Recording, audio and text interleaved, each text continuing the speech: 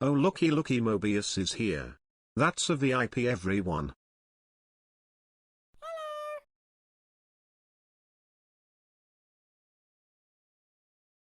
Zip it, Hitsip is here.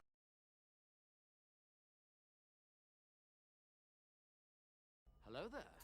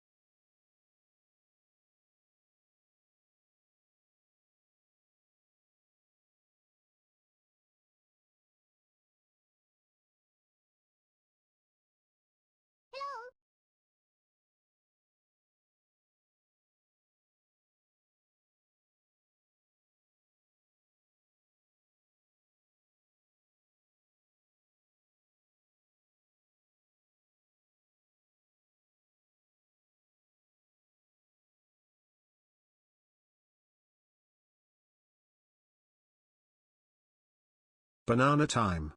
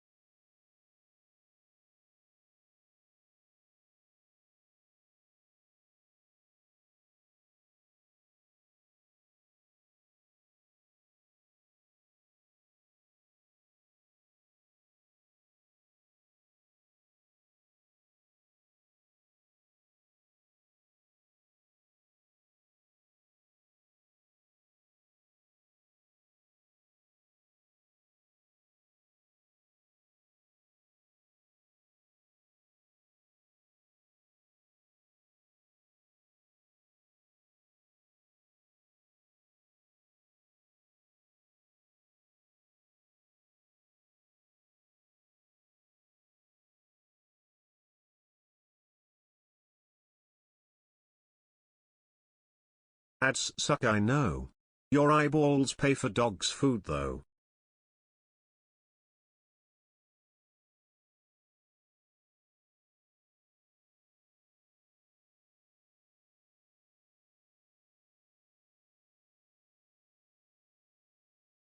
The fact that no one else is excited over that is concerning. The market moved 0. Not up 1, not down 1, not up 0, not up like 10, literally 0. Literally actually 0. Like, didn't move. That's insane. I've never seen it. That's never happened. I've had this like stock thing for like 9 months now. It's never moved 0. Also, hi everyone. I'm flabbergasted. Straight up. That's fucking wild. That's crazy. You know what's also crazy? Looking at a 3D collection of artists on a website and seeing every single one of them having their commission statuses closed. Wop. Also, K can do semi-furry model, which I'm like, what do you mean by semi? What do you mean by that? Because I got ideas. I got ideas that might need to be explored. Anyway, I was busy showing a goober. I would have been excited if I was here. Oh, yeah. Yeah, I see what you're saying. We're just gonna get right into it today. Honestly, I kind of haven't been able to get out of work mode all day today. I think I took an hour break or so. So I've been working since like 9 or 10 o'clock. So it's been like 6 hours or so. I'm just gonna keep going. I'm gonna keep working. It's one of those things where my butt is in gear and I don't want to lose that momentum. So we're just gonna get right into it. Give me my Pokemon. Pokemans.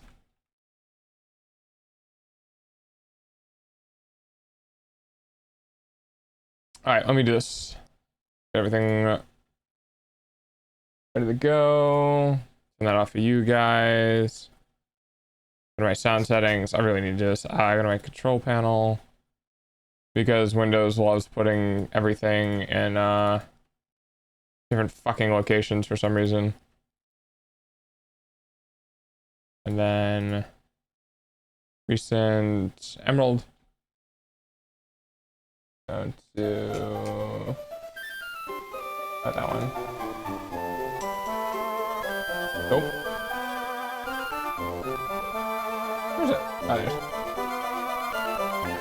there's new screen clutter too. Yeah, it shouldn't interfere though. Hopefully. Don't worry, we'll be getting rid of that once the things get met. I'm gonna get rid of all that, and then the only thing that gets left will be the cheers, just to keep track for my own sanity. But yeah, we should be okay. We'll see.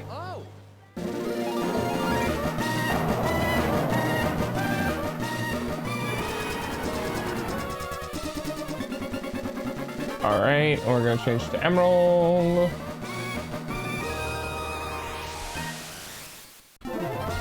Pokemon Emerald. There we go. Or not, because Mike's doing that.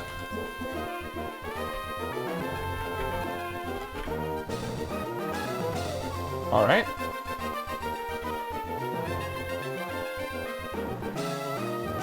Okay.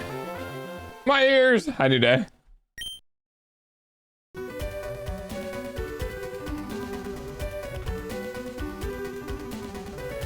right. Should be good now.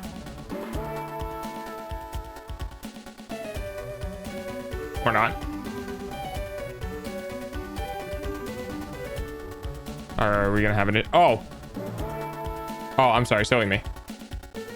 Anyway, I was forgetting something. Say. Yeah, that's how you spell that word.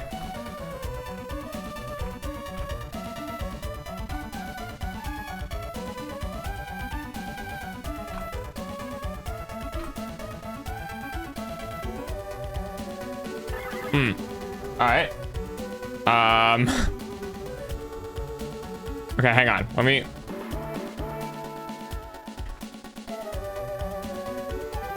me order of operations this shit. Give me a second. I think I technically would do this. And then I would do...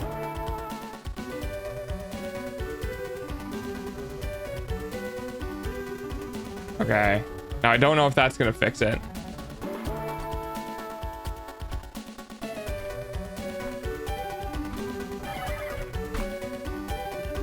No. All right. Well, give me a second.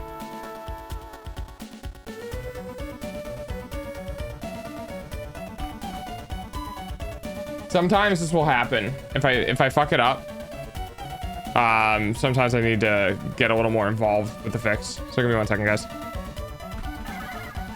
I think it might require a more serious restart on the game stuff.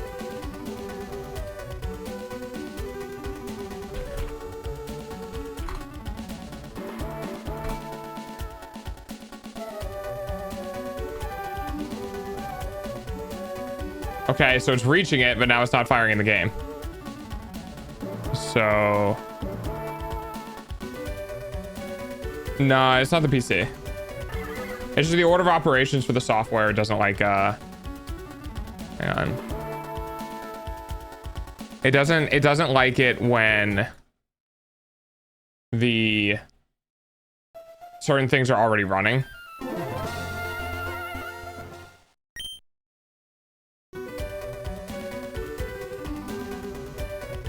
Yeah, all right, let's just hang on. Let me refresh all the things in order. 1 moment. 1 moment, please.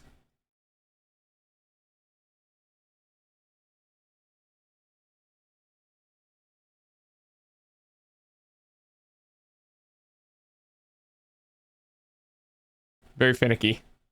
You guys just don't normally see the finickiness because I get it in one shot. But yeah, when things aren't loaded in the proper order, game gets a little wonk. No, it's not the clutter. I didn't run the interpreter or the wrapper. There you go. The way it needs to the way it needs to be run is it needs to be run basically the wrapper, then the script, then the emulation. And if you try to run the chat plays before all of that gets set up, then it breaks everything. So it's just a pain in the ass. Yeah, we should be good now. Yeah. Well, you did program it, so you should know how it works. Well, most of it, not all of it. Alrighty, let's see.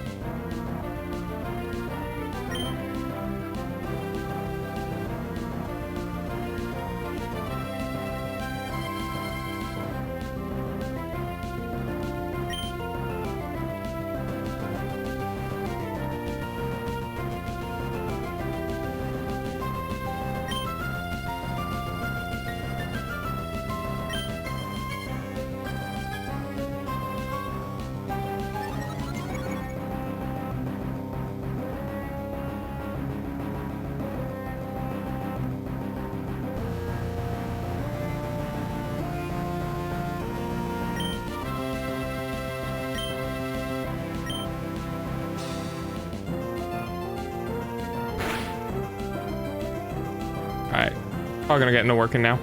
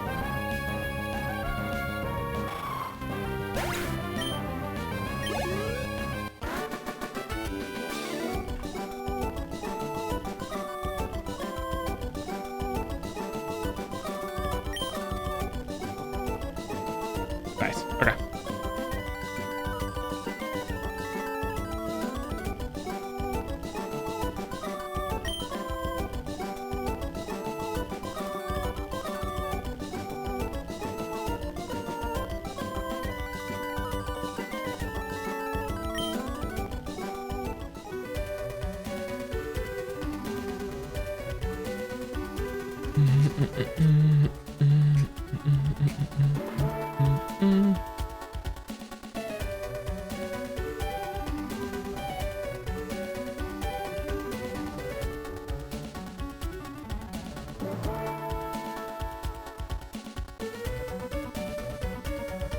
what do I need to do? Let's see. Okay. So I have, all right, so I need to go through my reference sheets and try my reference sheet artists. I need to figure out who I can get. I also want to message somebody about doing the A pose for the 2D, live 2D.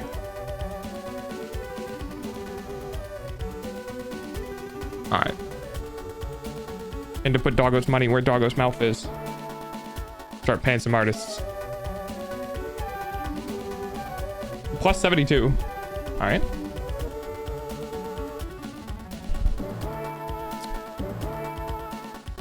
Now let's see. I want to use this person for model art.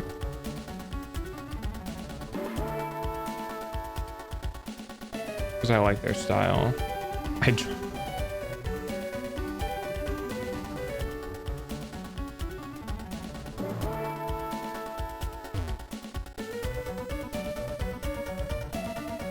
So we'll keep them pinned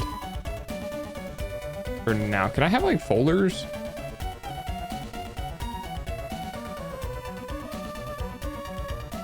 Can we not have folder? Hang on.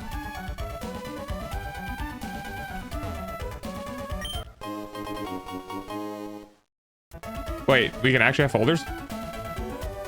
Oh, well, that's for bookmarks.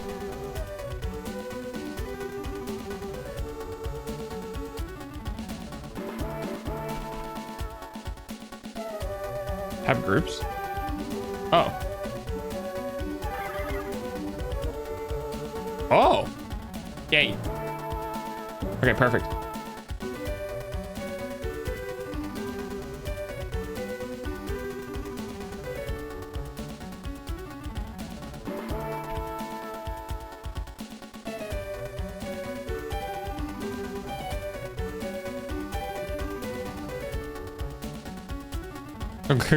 It's kind of funny. I saw the message. I didn't reply to it, but I saw the message in the Discord where you were like, "Yeah, here's what we're gonna do today." I was like, "Fucking yeah, go for it." Heck yeah, do the things. Let me work today.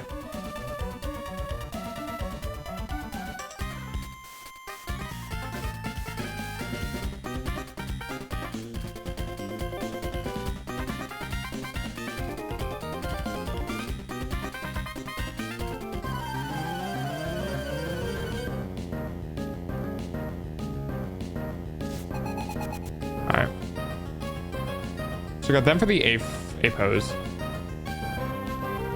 Then this for this person for the character reference sheet. Dude, their fucking work is so cheap for what they do. Holy shit. Nothing is more satisfying than finding an amazing artist who's like super cheap. Because I'm just like, I will pay you all of the money. I will get so much stuff from you. But at the same time, it's also like, you should probably be earning more than that.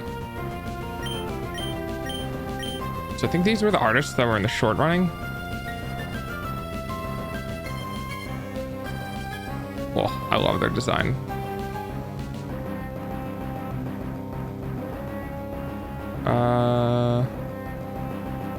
Full body illustrations for under $100. Let's go.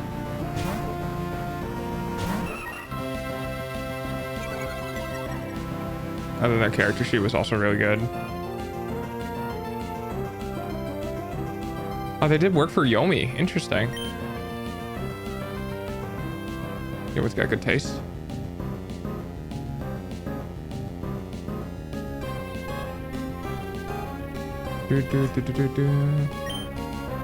Skip stuff is closed. Yeah. Unfortunately, your emotes aren't very emote-y. The size and proportion don't really work that great. Video thumbnail. Oh, that's cool.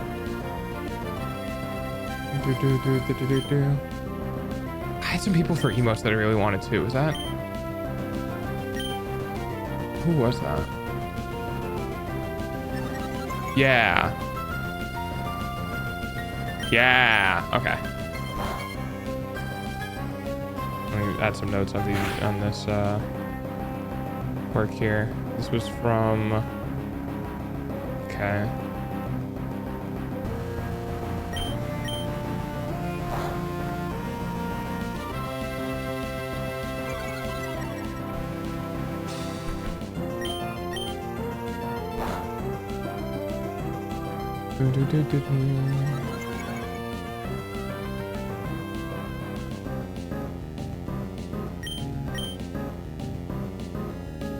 Okay, cool.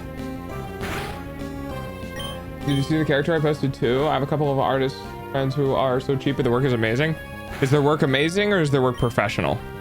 Because that's kind of the difference. Is like, I really like artists, but I'm also kind of a hard ass when it comes to quality of work.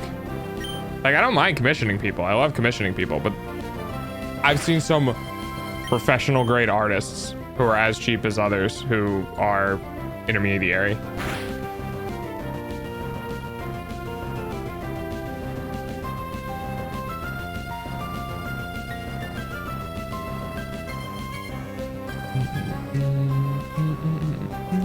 That's nothing against them.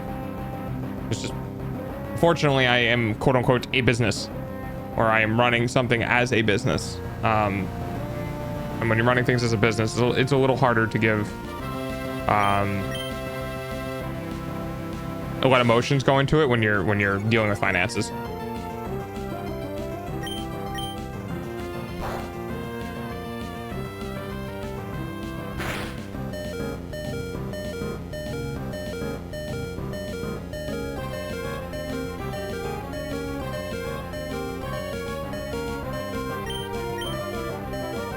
Yeah, I don't know who you are, but you're getting kicked.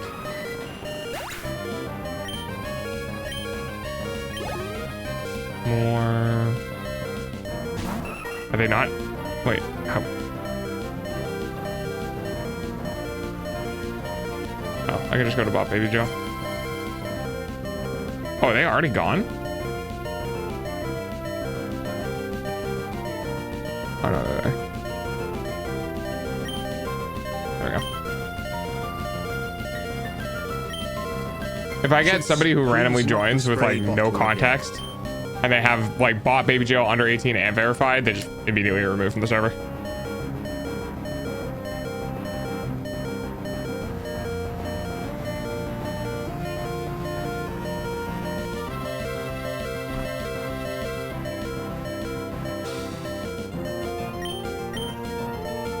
Who's getting kicked? The person who messaged in the general chat, hey guys, because they didn't read anything.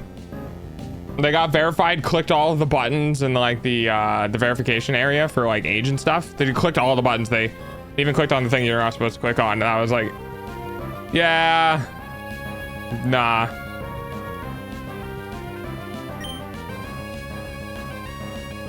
Just remove them immediately. If they come back, then it's fine, but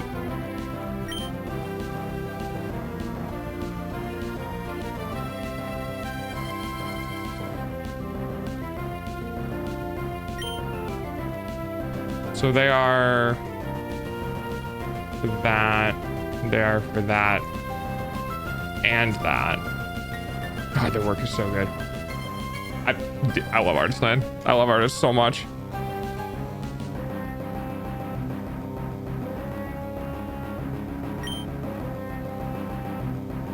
Could work on a PNG React. Are they good with male characters though? That's kind of the question. I might need to flag them for male character question mark.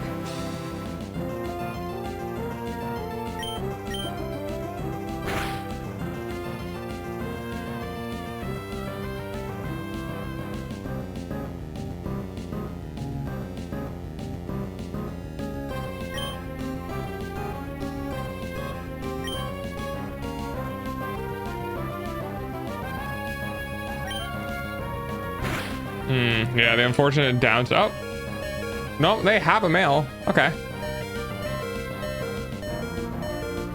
I'll still mark them now.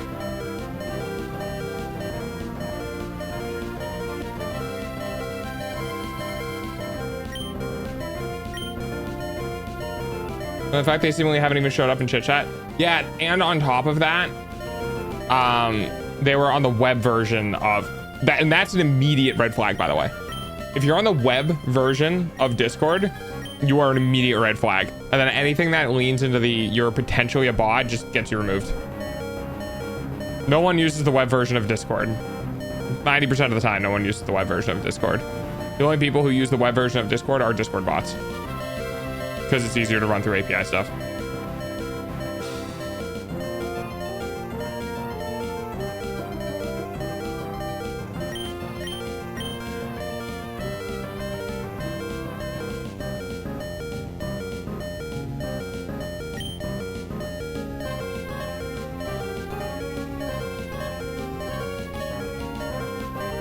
Oh, they're really good with their expressions, though.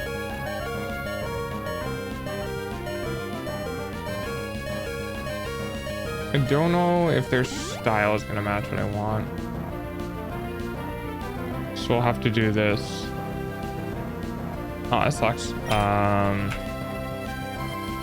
put this as a negative priority.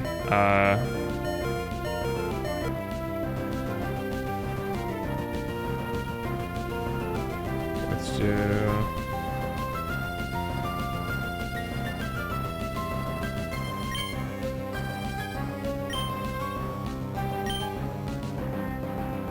And then we're gonna grab these two immediately. So those are my high priority.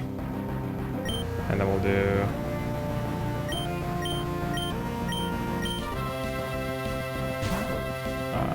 put you in there.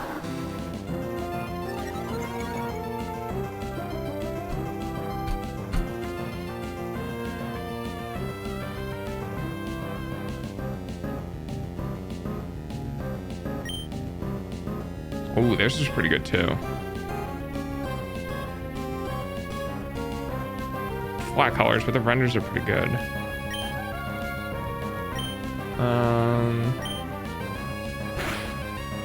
Auto art's not bad, but that's not what I want. That's the human with a D. Hi, woman. Full body commissions, not bad. Half body commissions are better. That's a really good one, actually. Bust up is fine. Scab is fine. The doodles are great. Air quotes doodle. All right, so the question is whether or not they do males. It appears like they do. Okay. Definitely in the higher end of the low priority.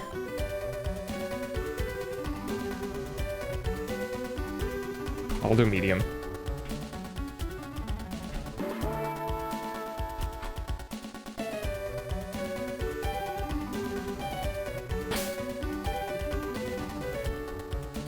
One more battle. Nice.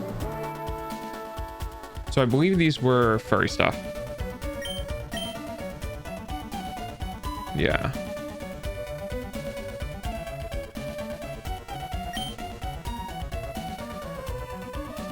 I think they're in CAD.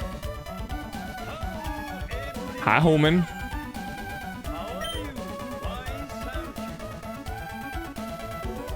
Yeah, okay.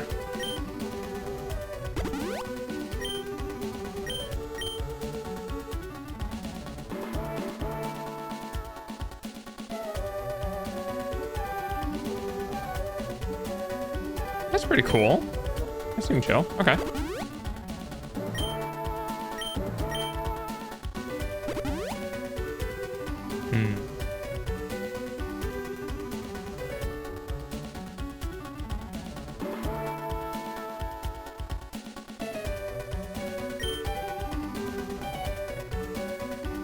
And we have... Okay, let's take a peek at how they're doing with this. So yeah, that definitely feels like their work. What they like to draw. I don't do humans very well, but they do furries very well. So it definitely seems like that's what they want. Yeah, he. Okay. That's really cheap too. What was the other? Also, hi Franzi. For those who are wondering what the dog doing, currently the dog is doing work. So if you want to yap at me, you know, at me or something, and then we can yap. But for the most part, I might be like here and there when it comes to chat messages, just because I'm kind of buckling down and I'm doing a lot of stuff. Icon or avatar? No, we wanted ref sheet, kind of. Yeah, so 113 for their ref, 40 for theirs. That's a big, that's a big cost difference. Okay. And now I gotta go through a bunch of other stuff and filter priorities. I find the amount of furry communities I chill in really ironic. Furry communities are pretty cool. They're just very accepting people in general. As somebody who's kind of sort of part of it, I don't really put myself in the communities very much anymore. I find that they can be pretty predatory. But a lot of people that I'm aware of are pretty cool.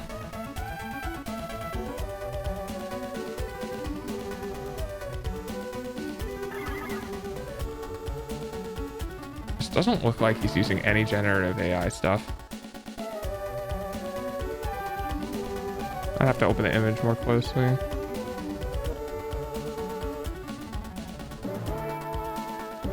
Bye, Prodigy. Bye, Prodigy.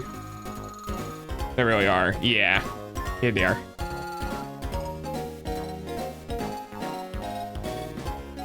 Oh, they're using a Google API thing. Okay. Now let's see what we got here. Yeah. Oh, that looks good. It looks a bit rough. But it does get the idea across, and it is pretty cheap.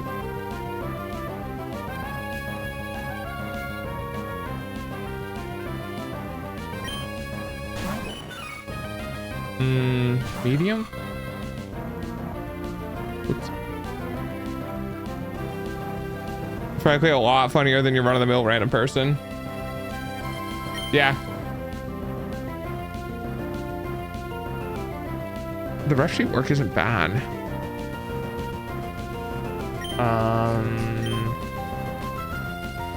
For that cost, I could probably put them in medium.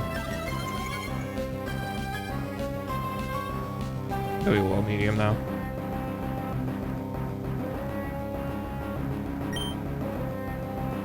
Almost.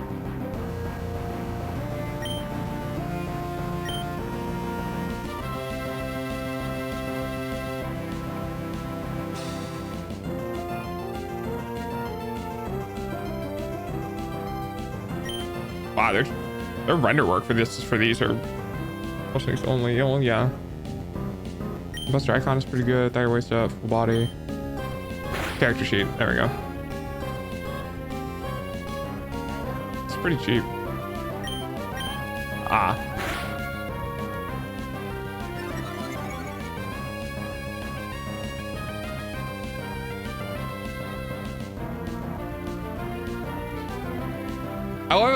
I have an issue. I have an issue with people saying that VTubing is commercial work. Pats, oh, thank you. Just because because you're a VTuber doesn't make you a company, doesn't make you commercial. And I feel like there's just a lot of artists out there who just use it as an excuse to force people to pay more. It just doesn't sit right with me. I have been sniffed. People do that. We sniff the new chatters. Well, now we do. Not bad. I'm gonna put them in a low priority though.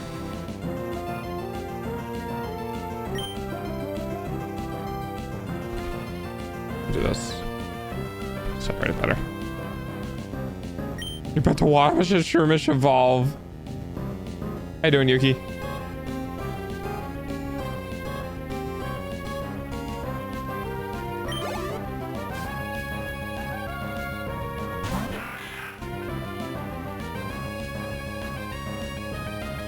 I'm a little hands off right now. Just because I'm working while chat's playing. So that might be why I'm a little like spacey and shit. We're trying to get some work done for 2.0 stuff. I'm normally much more involved in chat. Today's just gonna be one of those days where it's gonna be like one of those off days for me. That's all. Yeah. Yeah, I'm not doing anything right now. Thank you for the follow. I'm not doing anything right now. Chat is. Yeah. Every Saturday there's a Twitch plays, which allows me to do some work. And then, because thankfully Wednesdays I'm actually getting time off now. I'm not streaming every day because I did that for a year now. But I'm actually gonna be able to take Wednesdays off to do some work. But I just got in the motivation or in the mood today to do some work, and it's just carrying over. Chibi work is pretty good. I remember looking at somebody for chibi work. Let's see how these guys are doing. Spin. Pretty clean. Very good expressions. Good rendering on the armor. Again, great expressions. Good proportion and perspective control. Again, yeah. Okay.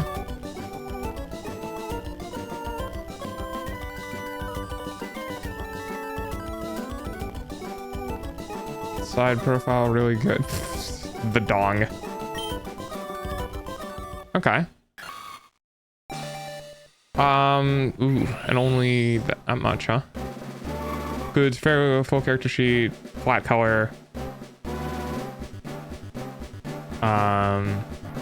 Fully rendering the front, section $95. Merch or generating revenue.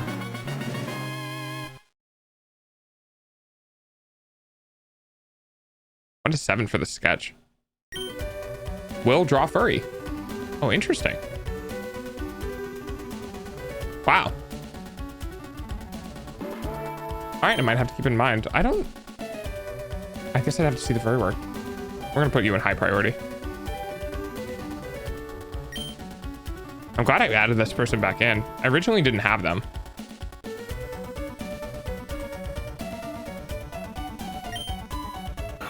Hi, Bagels.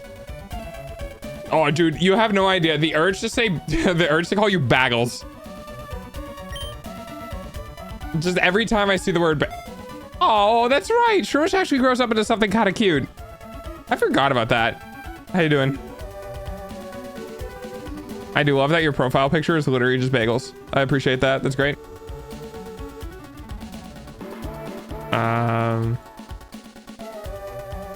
Oh, and then we can do...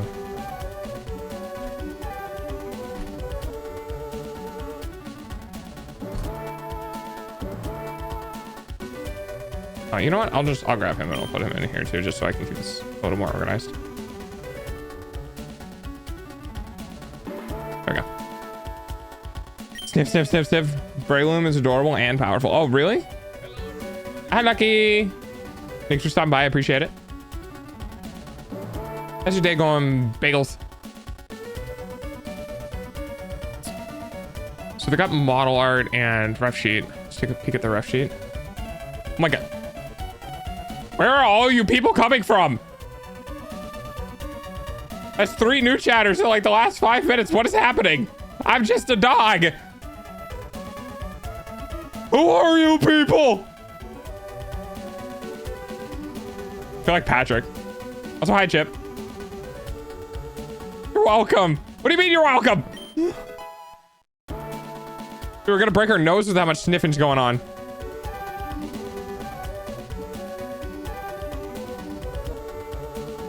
Me, I'm just gonna take today off. I'm gonna chill. Everything should be fine. We're not gonna do very much. Like 5 new people show up. I'm like, okay, I guess we're not doing that now.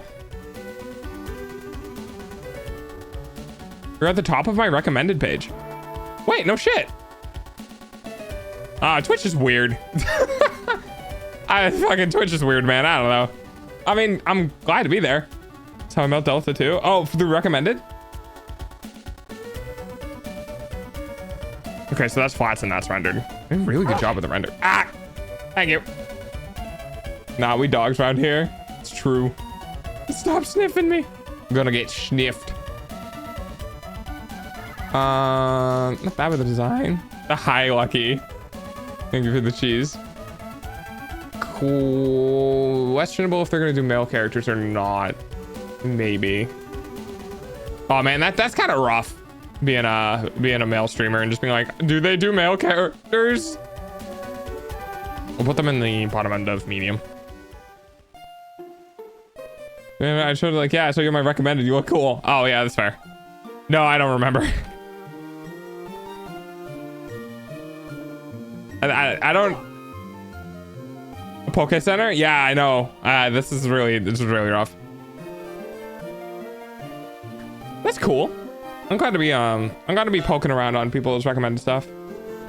Computer still chugs. Can hear waves. Task manager. Pretty much. All right, have a great day. Oh, I think you're lucky. Have a good day, buddy. Okay, bye. Suya.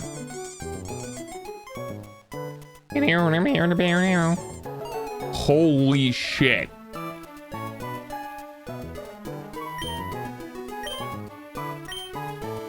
Oh wow, I forgot how good this person's work was for this cost. That's crazy. Yeah, I think they're going in high priority. Damn.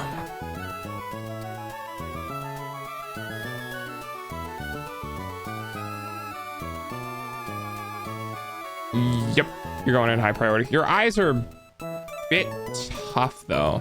It seems better there. Maybe it's just the design. Okay, it's just the, okay. We'll put you lower end of high priority.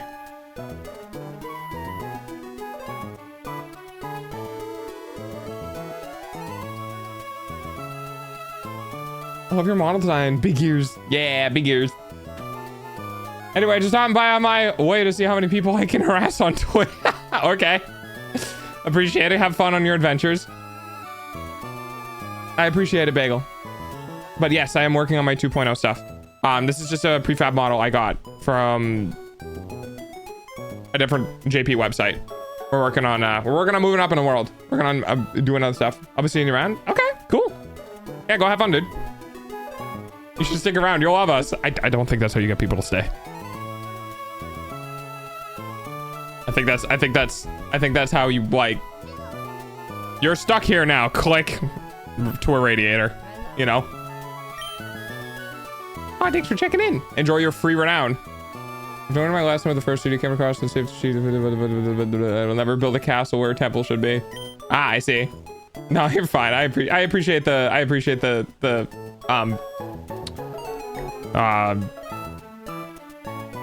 enthusiasm. I get English. Also, by the way, hostages. Yeah, there you go. The 2.0 is currently in the like ref sheet design. The model, because I'm going 3D model, the 3D model itself is going to take like 4 to 6 months. Is what I was looking at for time frames for some artists. So it's going to take a bit. But it is being worked on. We are moving there. Full body anime style. Oh yeah, I never really looked at a lot of some people's other stuff. Character sheet. Oh, it's because I was considering them for a furry one. But they kind of were doing both.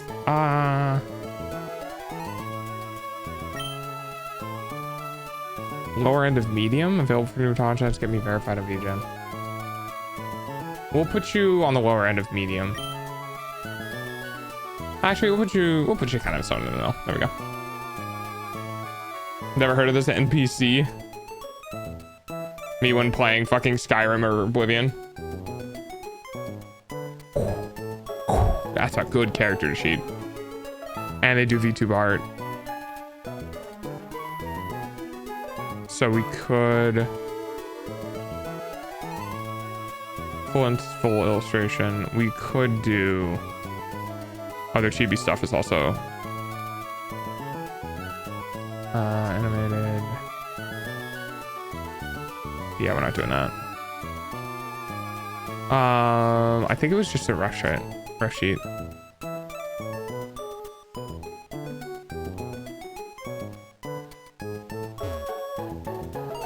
That's pretty good. Yeah, and this is what sold me. They look like higher end of medium priority. Yeah, we'll put them in the higher end of medium priority.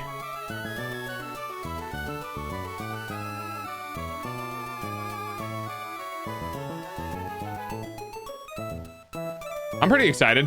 One of the reasons why I like doing this, I'm kind of shotgunning, just be like, hey artists, I need some work, and then like I plan on messaging a bunch of artists. One of the reasons why I do this though is because honestly, I feel like if I can personally collect artists who do amazing work, I can get them more work, because I'm a bit picky with my artists, and I think a lot of people know that I really like working with artists. I always try to give them praise and stuff. So it'd be really cool to just have my own portfolio of the artists I have considered working with, have worked with, or otherwise, just so people can be like, oh, hey, you know, who have you worked with? What have you done? You know, and then just be like, just pull out a scroll and just be like, there's like 100 names on it, and be like, any of these. There's only 3 in-game trades and they all suck. Yeah. Well, the only advantage to the in-game trades really is I think the faster leveling, which is pretty cool. I think we did that. No, I didn't yet. Did I?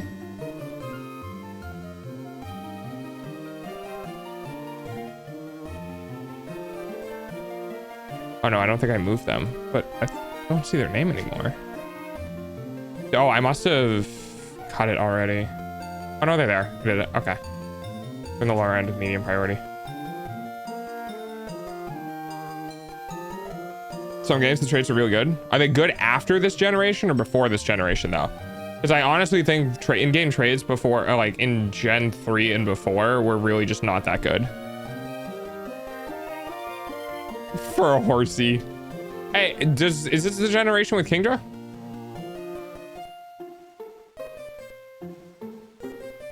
Reference sheet, digital illustration. Based out of the Philippines. So it could be really good work. Facial expressions are too lacking here. Color is pretty good. Again, facial expressions are lacking.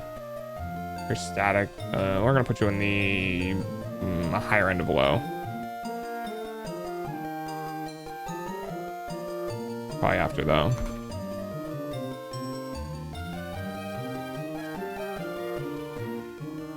What's the Filipino's name? I'm not gonna say. Kingdra's Gen 1? Oh yeah, it is, isn't it? Was there something after Kingdra then that I'm thinking of?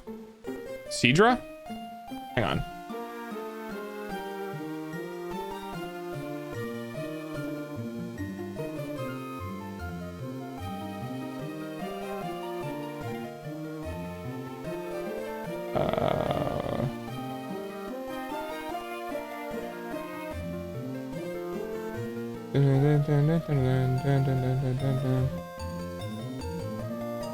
Yeah, I know I'm spelling horsey wrong.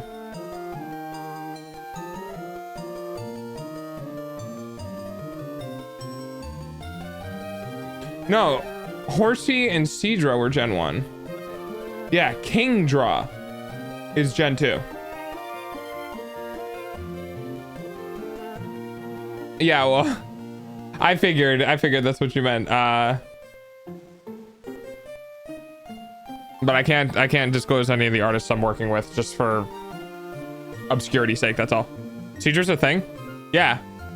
It's Horsey then Seadra in the original Gen 1. Kingdra is Gen 3. I've made that mistake too. I did that in my original Pokemon 151 name, like naming off, like figuring them out. But yeah. Character reference sheet from 600, but it's fucking good. Holy shit. That's a $600 ref sheet though. They're not too bad with the facial expressions. Not for that much. Just yeah, I don't know. Depends on, I guess it depends on what they include. Because they just include everything that might be worth the cost. But if this is one of those things where it's like, it's $600 base, flat, no render. sort of things, then it's not worth it. Add-ons. Front, back, 2 head, couple details.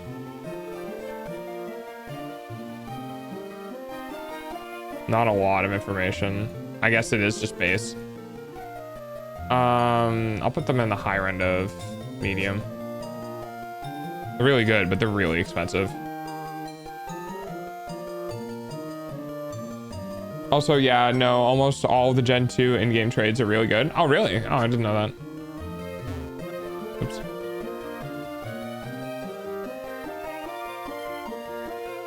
Start closing all the tabs there.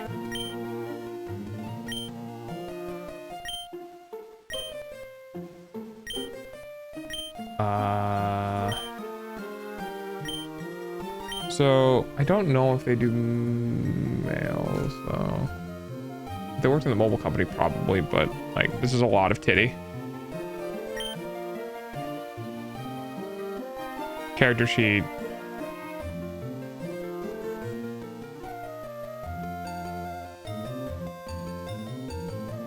Non-commercial. Character sheet simple.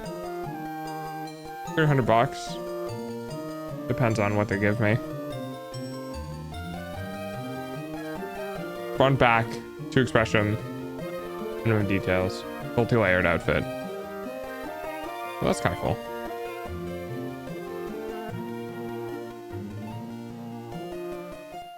Additional slots 150, tech, extra outfit variation is 150.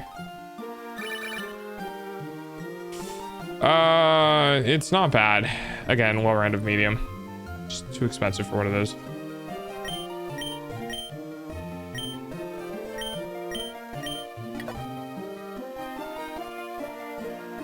Actually, I'll make a whole different section for this.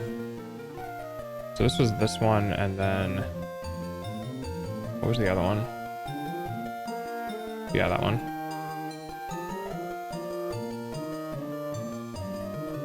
Okay. Then we got our chibi. Oh yeah, because it was sticker chibi. Yeah, it was $30. Do I have a different one for chibi? Okay, I'll have to go back through.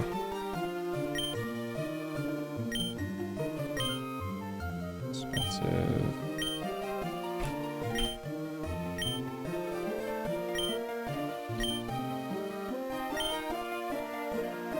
Subi. What do I want for this one?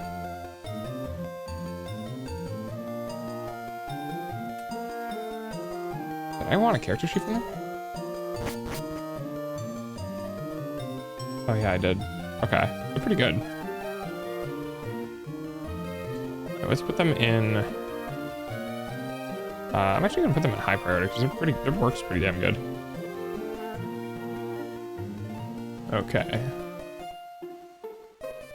All right. Now I gotta go through and do all this again for the secondary things that they offer. Because I went through some of these artists and I was like, wow, they do a really good like reference sheet or whatever. And then I saw other shit and I was like, wow, they do really good other shit too. So now I gotta put them in for other shit as well.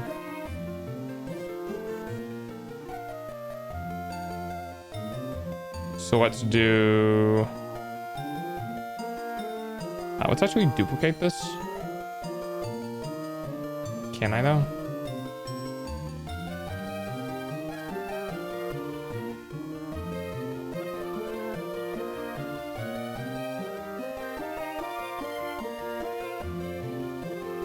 Copy. There we go.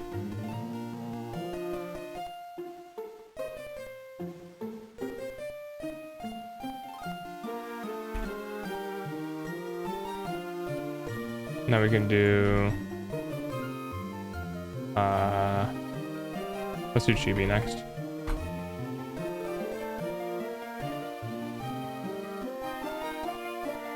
Okay. So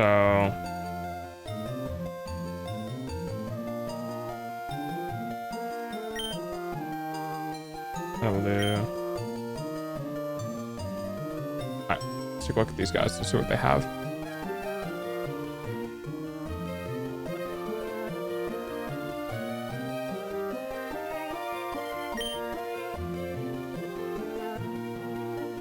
Yeah, the character sheet is so good for the cost, man. It's crazy. Painted illustration should be way more than that. Line illustration, sketch. So no chibi from them. So we'll go ahead and get rid of that.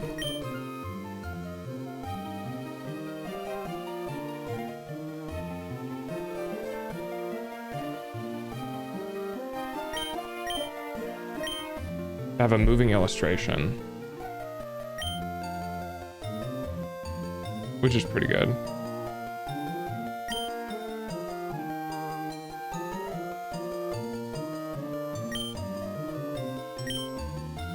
Oh, I could do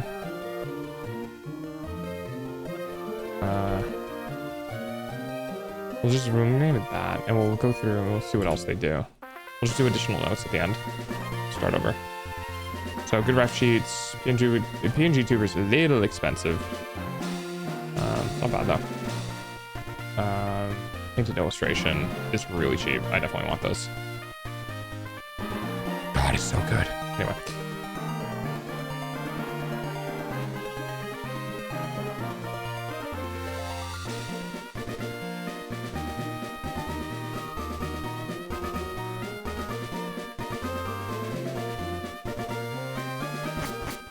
We'll do that.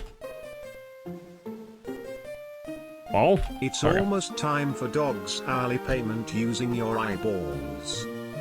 Get to shoot about 23, then we can do Nivi. This is not where I want to be. I think you're right. I think you have to go through here and then go south.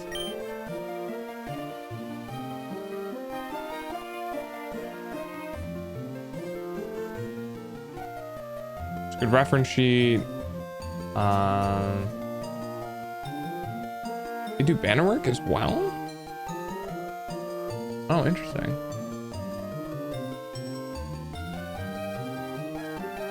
Okay. Amazing animated emotes.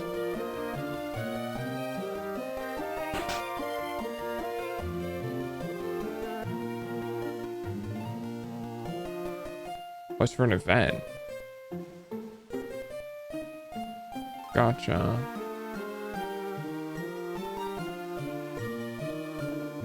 It's still an event. After the event, my price for this will be higher. I wonder what the event is.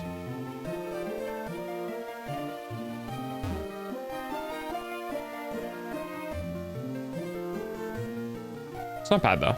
Still good. Good stuff. Ben, kill them.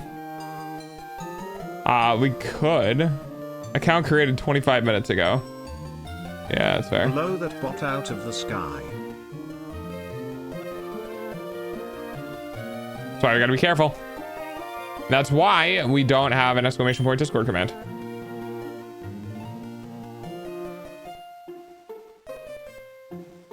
YouTuber banner good. Do you have a profile picture? It's not bad. It's too desaturated though. It's the only problem. It won't pop when people are going by. But their illustration work is really good. Hello.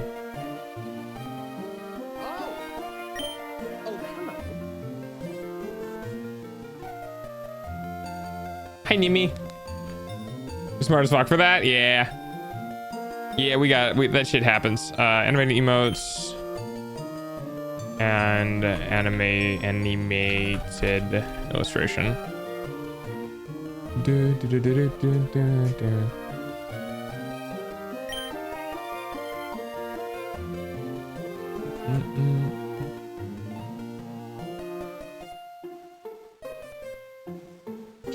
Chibi's not bad.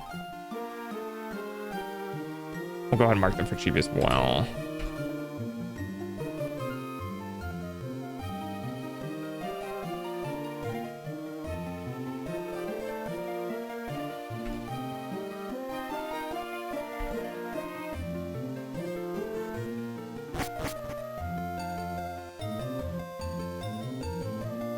How you doing, Nimi?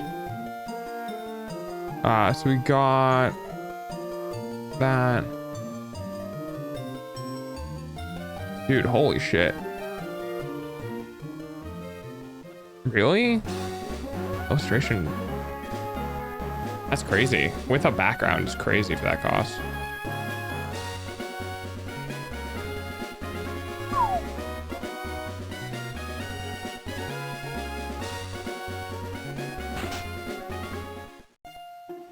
Okay.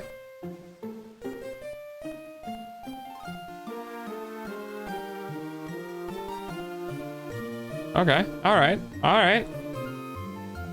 Got some good work.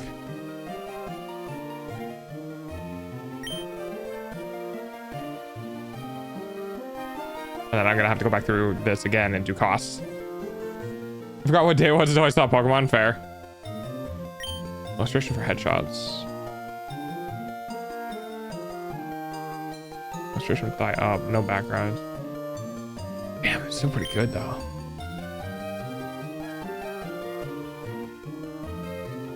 Chibi. Character sheet. Reactive PNG. Might not be bad to have that. Criminal reactive is pretty funny.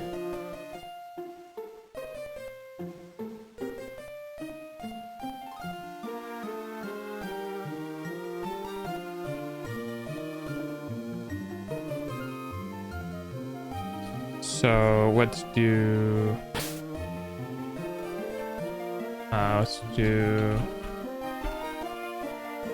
Gremlin slash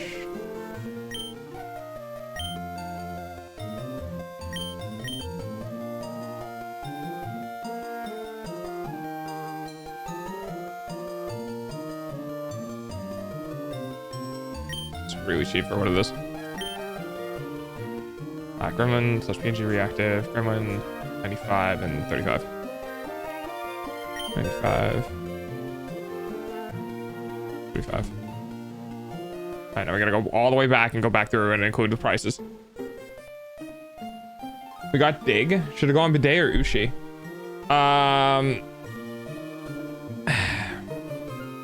Is Dig like... Because Dig is just a worse Earthquake. That's the problem. Because, like, it's a ground type move, but it's not really, like, combat effective. Because you'd probably just use Earthquake in its replace if you want a ground type damaging attack. I don't... Dig and Earthquake don't... Well, the point is damage. Dig avoids an attack, but that's only if your speed is higher. Or, well, it'll avoid one attack, but it takes 2 turns. Dig was ridiculously good for Fire Red. Yeah, like I said, it depends. If you can replace it, because it's not an HM, right? So if you can replace it, if you want a ground type move on Bidet, that's pretty strong. But you can replace it with Earthquake. Then I'd put Dig on Bidet, and then whenever Bidet has access to Earthquake, then I'd replace it with Earthquake.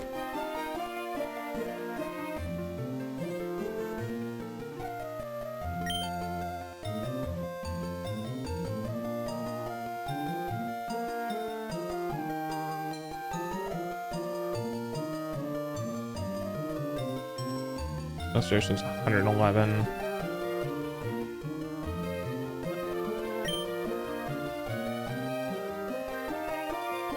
Cost for this one was 120.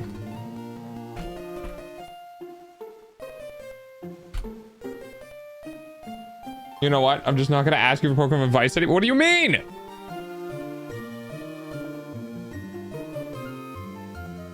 The point of Dig, and anything, honestly, just in general, PvE Pokemon is just do as much damage as fast as you possibly can. That's why I would prefer Earthquake over Dig. Use Dig and, like, yeah, you avoid an attack, but it's half the power because it takes 2 turns to go off. It doesn't power up or anything.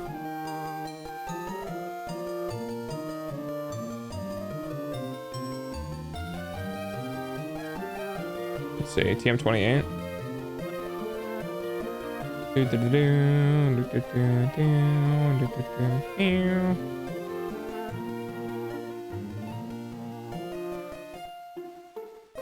100% 80 power, but it's 40 power per turn.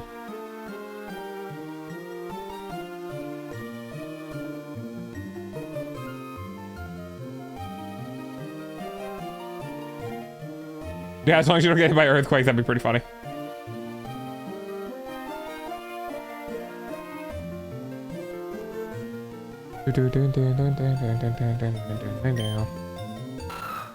And what was the rough sheet cost for this person? 150.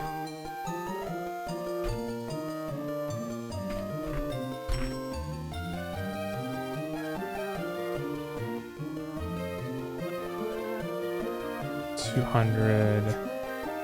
Chibi 30. There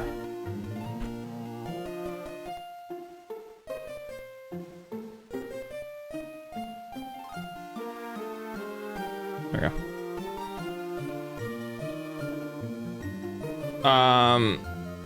See, the problem is he doesn't have stab.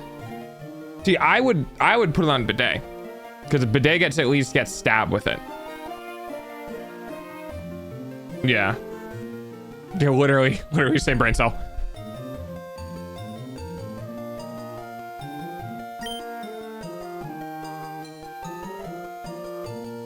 $300 base.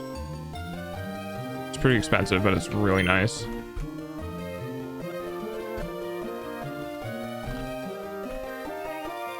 And then animated emotes were on a special, I believe, for her. For them? I don't know. Yeah.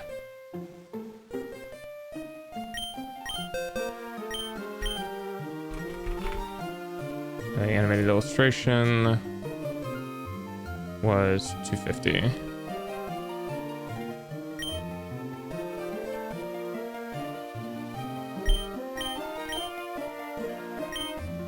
The fact that Very can learn dig is literally just because Very's a dog.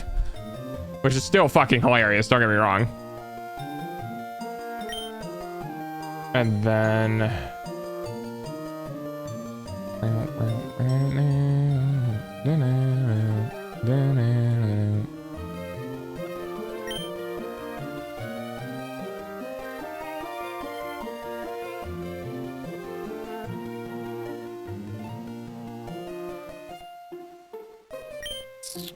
$115 base.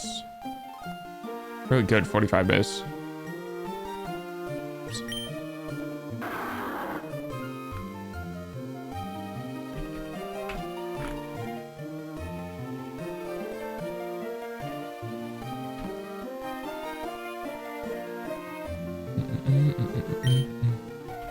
Cool. So we got some costs and some extras of what they do. Remove tackle? Yeah. There you go. Alright, let's see what else these guys do. Character sheet base cost $275.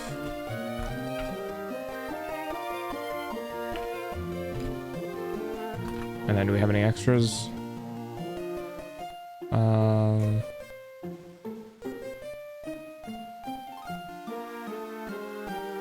Half bodies aren't too bad. Bust ups, scabs, Kiji Doodle boys.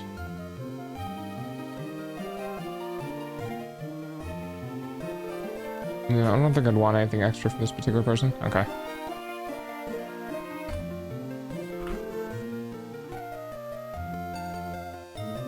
$300 base. Anything else?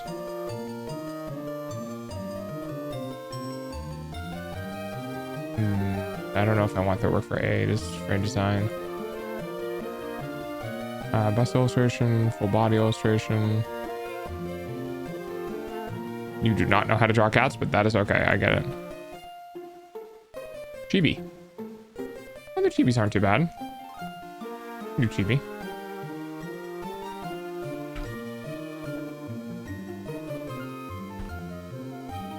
I'm so glad none of these artists can hear me talking about them. I'd feel fucking terrible. I'm in such business mode right now. I'm not being empathetic at all towards them. I feel terrible. But I'm like, I swear, your value as an artist is not what I'm... It's not for me.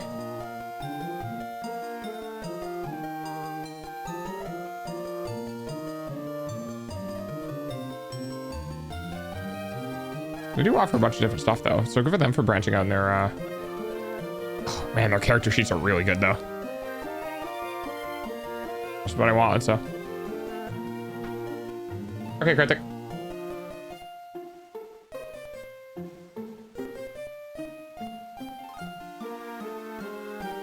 150 base for ref sheet.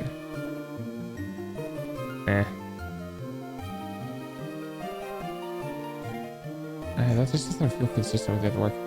105.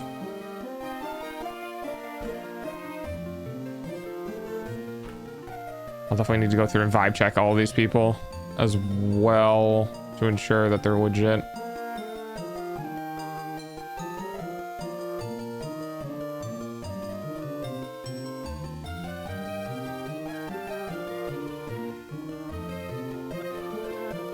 Character sheet of 122.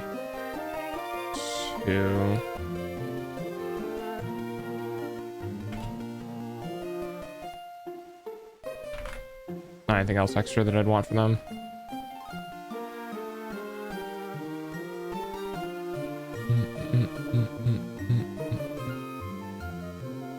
Not too bad. 200 base for the ref sheet.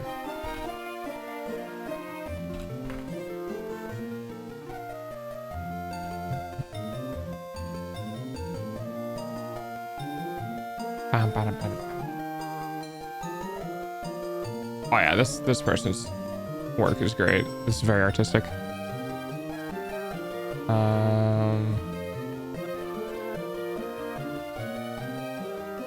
Icon headshot actually not bad though.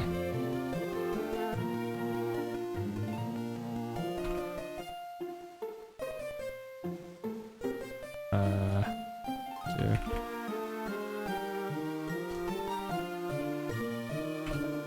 60. It's pretty expensive, but it looks pretty good.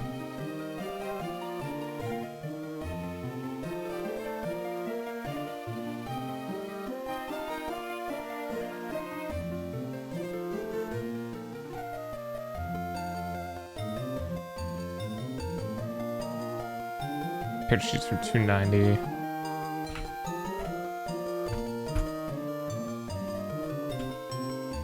Anything else we got? Expression sheet, kind of cool. Frame by frame animation. I wonder if they could do a singer. They're an animator.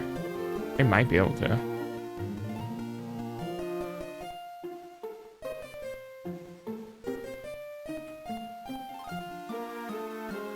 Comic page is actually pretty dope.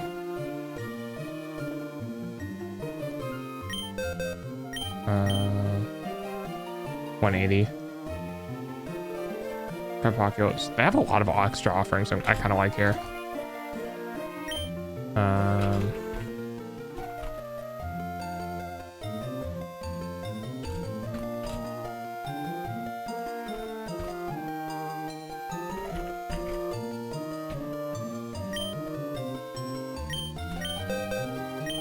Shouldn't we get Shockwave? I don't remember. See, the thing is when I was doing the remake, I had Calm Mind, Psychic, Draining Kiss, and Double Team. Because you could double team the fuck out of yourself, then spam Calm Mind. So even if you do get hit, if it's a special defense attack type move, you're still tanking it, and you're an absolute nuke. My Gardevoir was basically a setup nuker. Just needed time to get double team going, or starting with Calm Mind, depending on what I was going. Double team for going into physical taste attackers, and then Calm Mind going into special defense based attackers.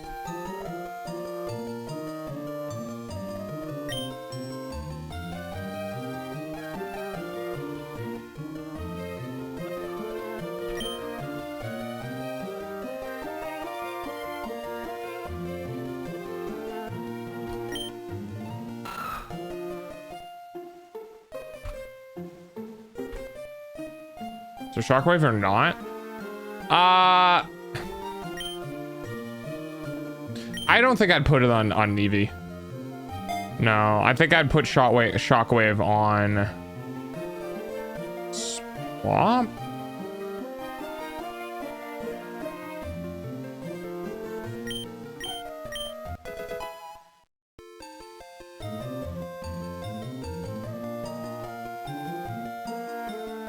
Because Swap seems like the status inflictor.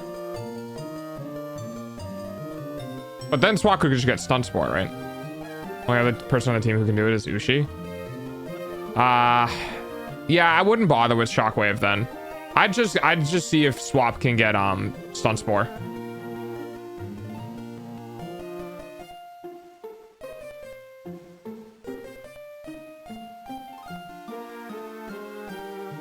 You got Stun Spore already? Then I wouldn't put Shockwave on anyone else. Not me personally. Half body illustration is pretty good. Full body or thigh up. Also pretty good. Character rough sheet is 200. Price is based on complexity or... Let's take a peek at your half body stuff. See how this looks.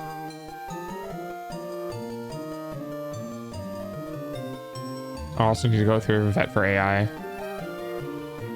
Doesn't seem to be.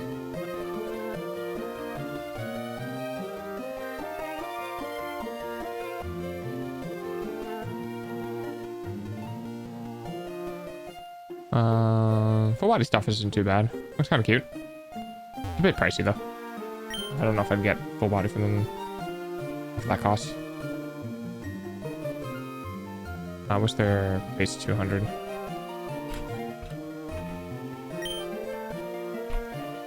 Oop.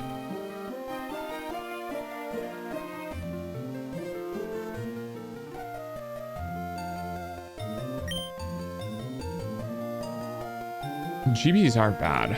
I'd get chibi for 20 bucks. I get a chibi from them. And then character sheet A.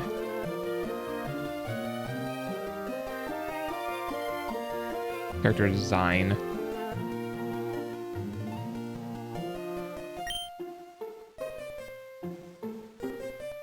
$30 base.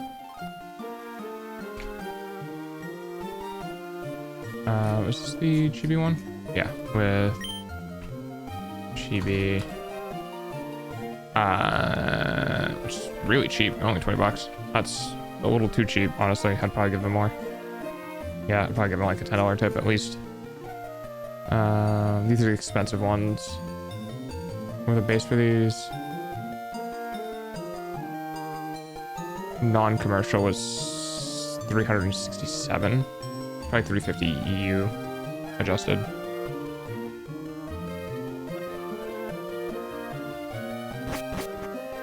I do. Whatever, I'll just put in the cost. Let's do 367 base.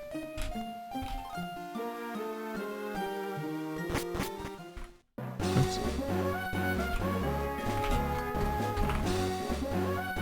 And then this one was like 600 base, isn't it? Man, that has a lot on it though.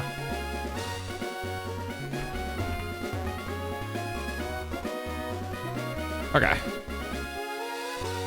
Anything else from these guys? Just panel art. Ooh.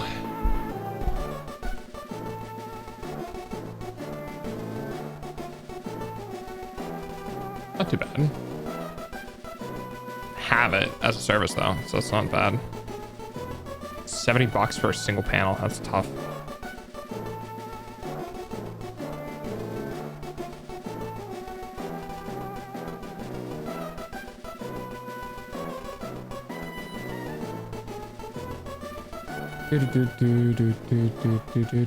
I'll tag it anyway.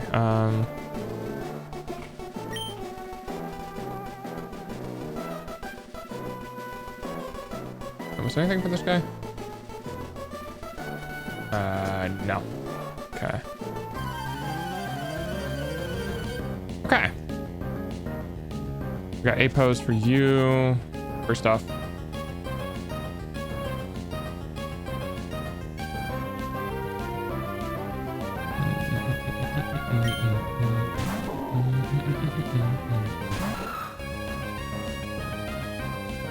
$80 to 120.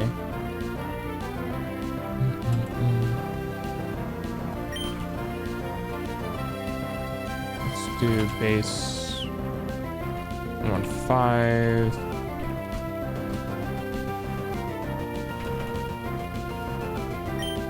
Full body's 80.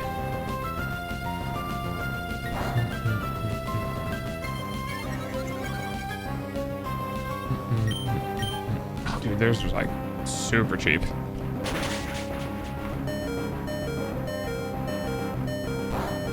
I'd probably pay them more and have to see if they could full render.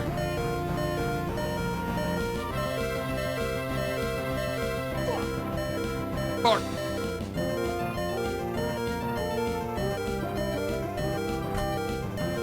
I fucked up yesterday. What'd you do?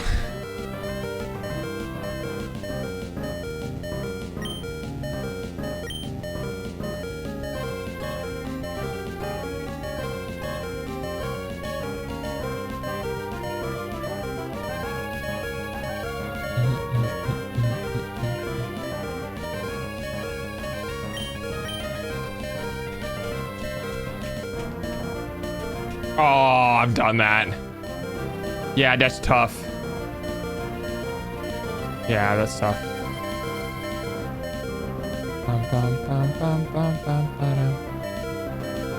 Oh, they also have a rough sheet. Oh, fuck, I missed this. Oh, it's not too bad. Oh, should be designed alongside it. That's not too bad. Let's do base. I think they were expensive though. Base 200. And Chibi was 30. I'd put them in the medium priority. Oof. All right. How much have you had?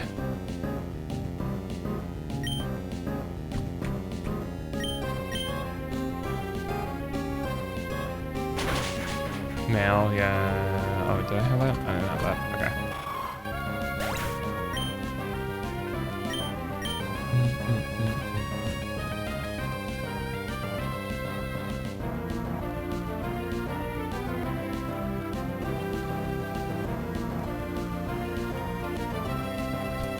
Okay.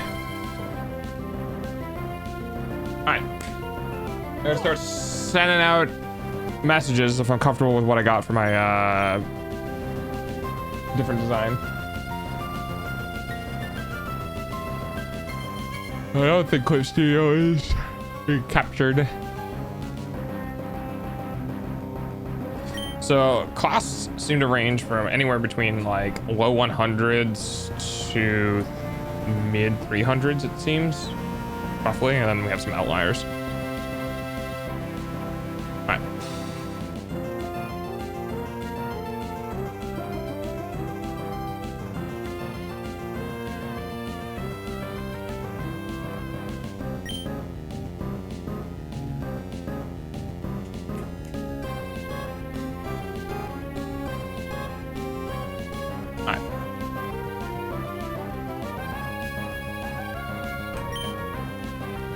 Get some feelers out. I think I need to do vibe checks as well.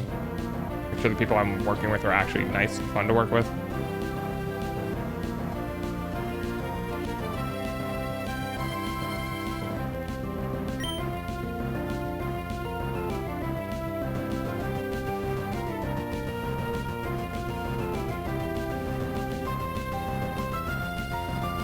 I think I kind of got everything.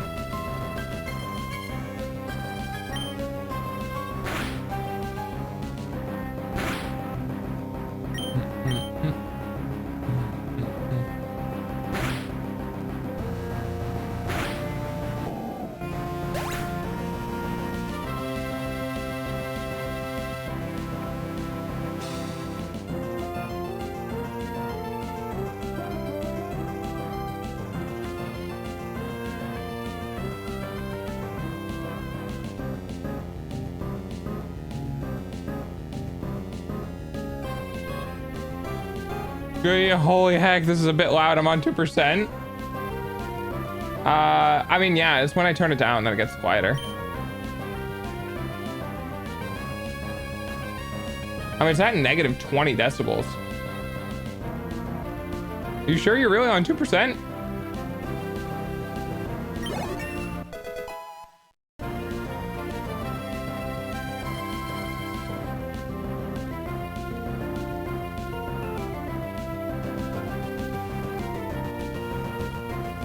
Let's go, Neva. Let's fucking go.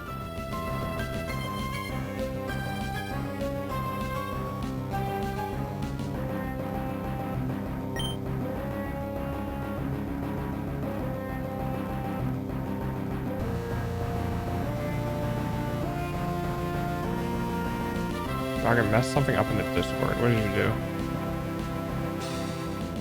Doesn't seem like you did anything. Nice.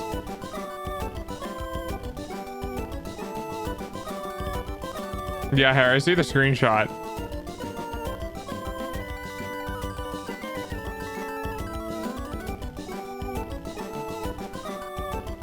I'm in the game itself. I don't assume that it's internally on -20. It is. Like, when I talk right now, I'm peaking at about -3, -5. The game's output right now is peaking at -17. I mean, it changes when I talk. So if I talk for a prolonged period of time, it stays in like the -25s ish. And when I stop talking, it goes up to like -17.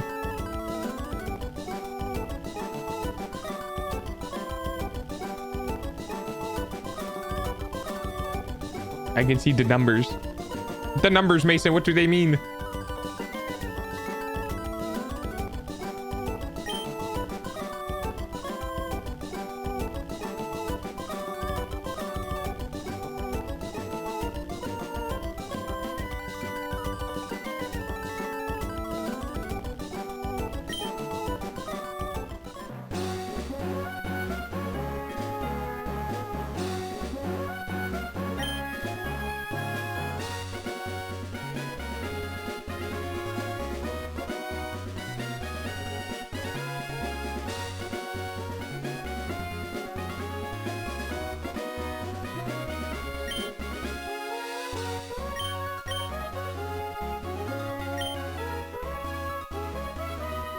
Let me play around with my browser volume then, but it could just be my ears being they're sensitive. I mean, that's true. That's very true. You could also have your like, I mean, you might just genuinely have your speakers cranked all the way in general. Like I'm louder than the game, right? So yeah, I don't know. Your ears could be being silly.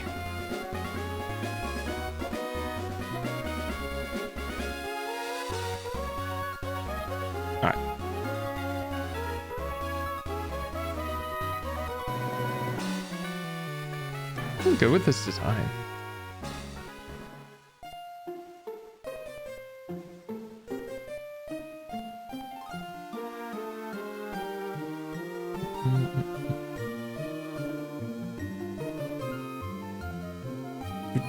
Ba-dum-bum-bum-bum-bum.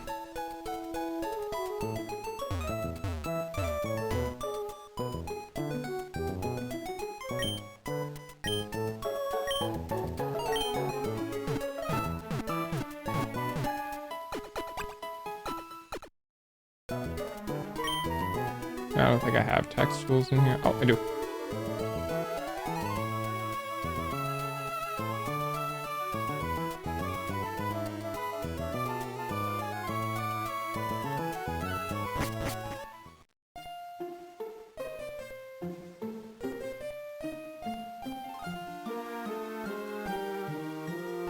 Yes, the screenshot was to prove I did not proclaim falsehood of my... Yes, I could tell, I could tell.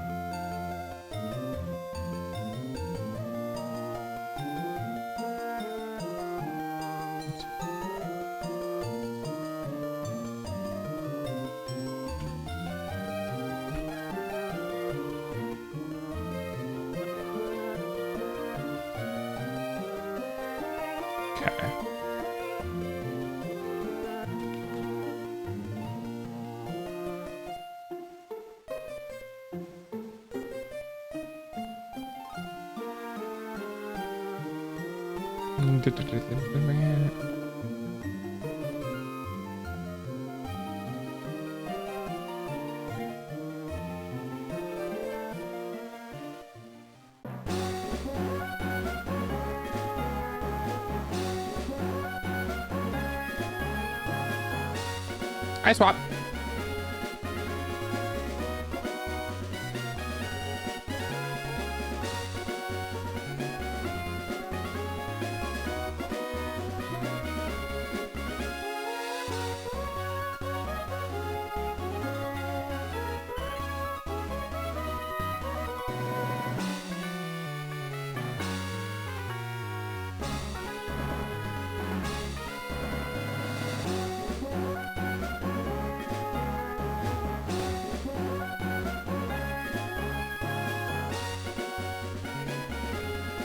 Yeah.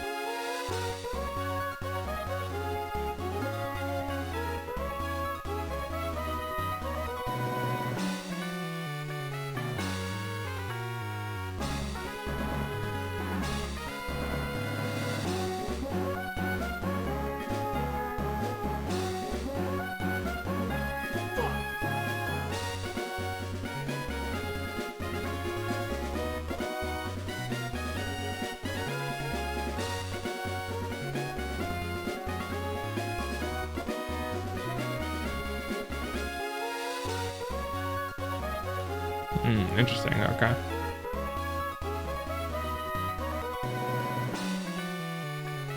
A bit EP, head hurting, but overall doing all right. Ah, hi. Then it's recess. That was very refreshing. That's good. Is there a drain punch in Emerald? Oh, I have no idea. Dog, I'm tempted to fix my fuck up in Discord. It did not work. What was the fuck up? I didn't see it. I must have missed it.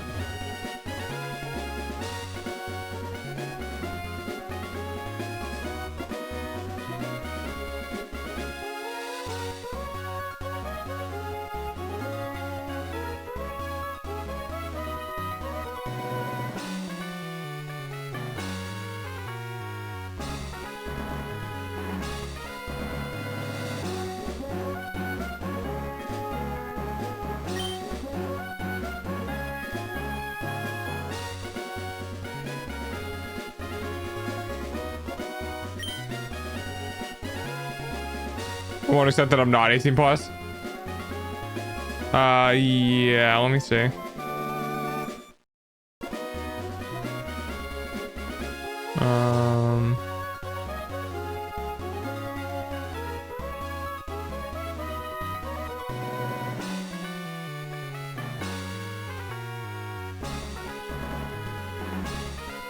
It's weird it won't let me remove them in mod roles, but all right.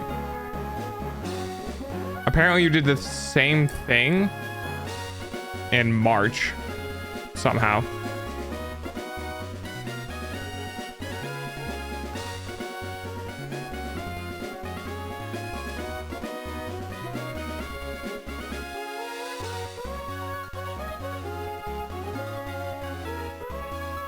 All right, well, I could do it on the side.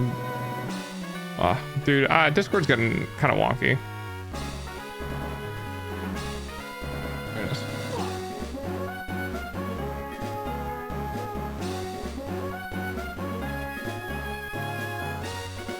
Yeah, apparently.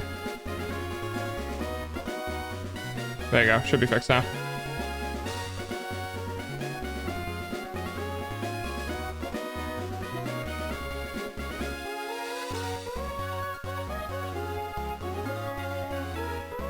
They're verified.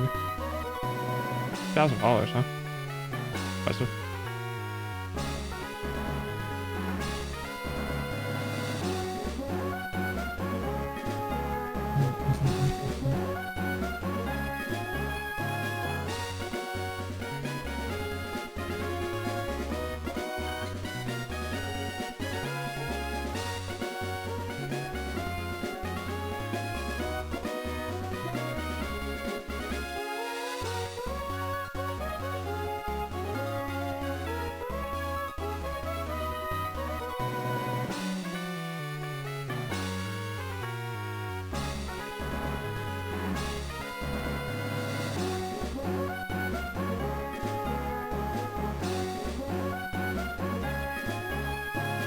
Let's see here. So the rush sheet is good. What was ticking me? Go check out the Trello. Oh, wait, do we just book out the TM on Chris? Okay.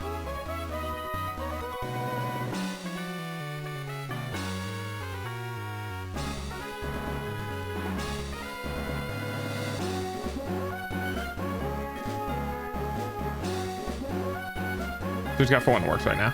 Okay. It's not bad. Let's take a look at some of the others. 300 base.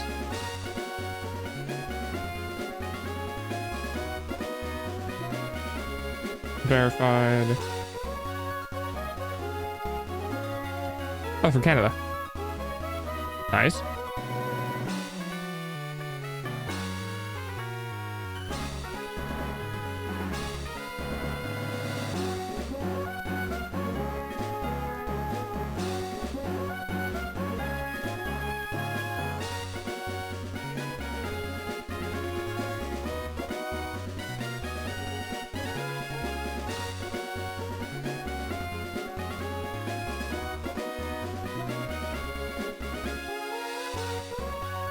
Probably do vibe checks. All right, let's do vibe checks.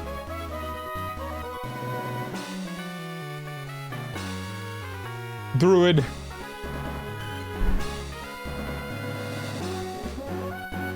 Adamant Lore, special attack, the nature. Also physical attack. Giga Drain gets massive nerfed. Is Giga Drain physical? I don't. Gen 3 didn't have the split yet, right? Yeah. Hi, Jim.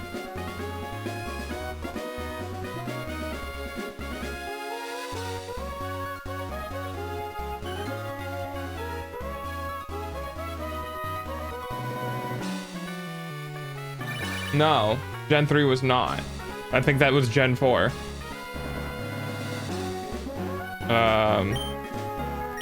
Or maybe it was Gen 3, but I feel like in Gen 3 it was still the same. Maybe that's why I keep getting confused. Maybe Gen 3 physical nature splits.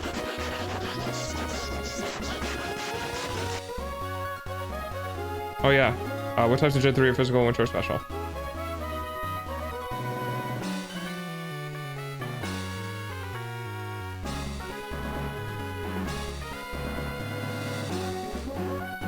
Yeah, okay, so that's why I keep getting confused by Gen 3 was the split. I thought Gen 4 changed a bunch of it. Nope, alright.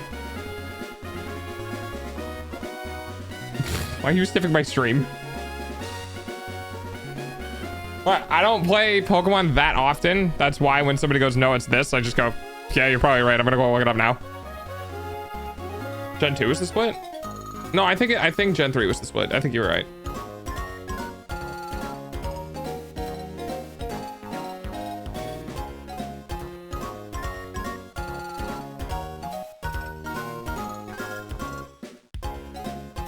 Oh, vibe checking. Jesus Christ, I already got distracted. It was Gen 2? Wait, what? Did they really do it that early? Hi, Ovio.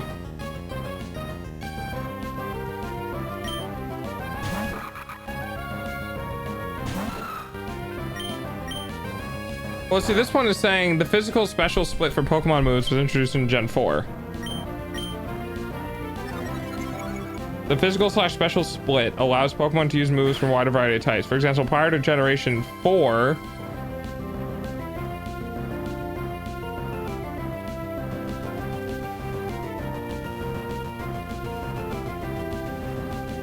it was. So in Generation 3, Surf is a special move. It is not a physical move. The distinction of physical or special was determined by the type of the move itself rather than the move itself. All water type moves, including Surf, were considered special in Gen 3.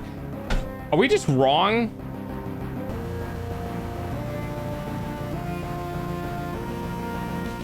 So Gen 3, so is Gen 4 Surf special then? Or physical? Because I thought it was the other way around. I thought after a certain point, everything was, all of this is this and all of that is that.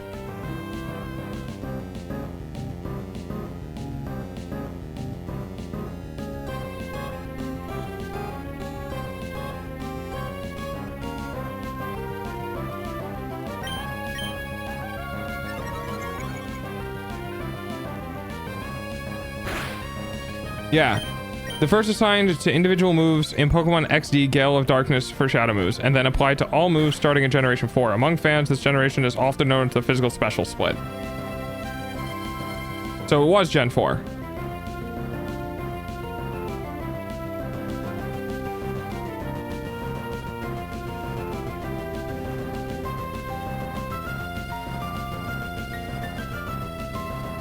Wait, what? Okay, now we got so many other conflicting things here.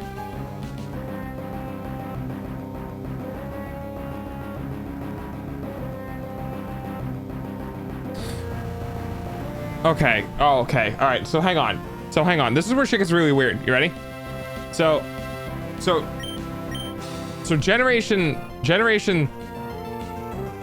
You were talking about moves. I was talking about the stats. Yes. So I think did Gen 2 have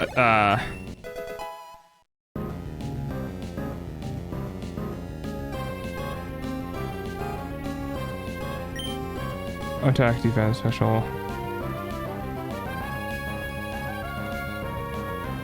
Yeah, Gen 1 had attack. Did Gen 2 have special attack?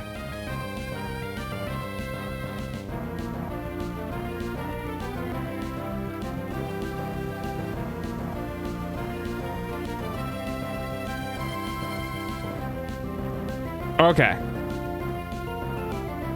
Generation 2 introduced a split of the special into special attack and special defense. Okay. Okay, holy shit. All right, so Generation 2 split attack into special attack and special defense. That happened in Gen 2. And then I think this person was wrong. And then in Generation 4, they changed the moves so that each individual move used either special attack or physical attack. Whereas in Generation 3, the type of the move was based on what, like, it was a physical attack if it was a this type, it was a special attack if it was a that type. So that's what I was talking about. So that, like, all grass attacks in this generation are all special attacks. It doesn't matter, like, what it seems like it does. That's what I was trying to, that's what I was trying to figure out. And then somebody was saying in Gen 3 was a different split. Like, people were like, oh, it didn't happen in Gen 4, it happened in Gen 3. And I'm just sitting here like, what?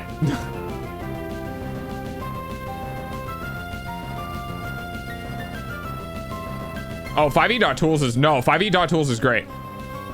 Yeah, I use 5e.tools all the time. I would 100% recommend 5e.tools. 100%. You can find basically fucking anything. Either that or using, what is it, Wikidot?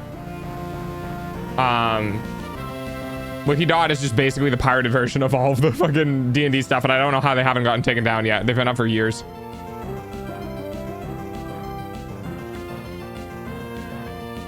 Iron defense. Yeah. Iron defense is big. The double defense special up.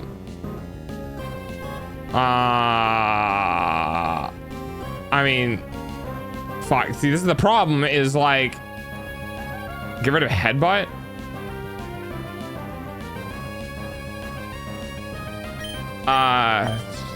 No. The problem is that headbutt is a 70 power move, which is basically the same damage as Metal Claw with stab. So, I don't know.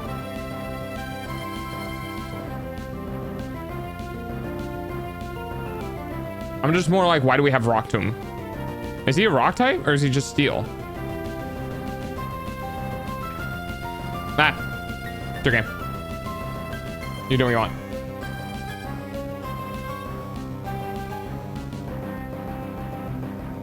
He's steel rock. Oh, okay.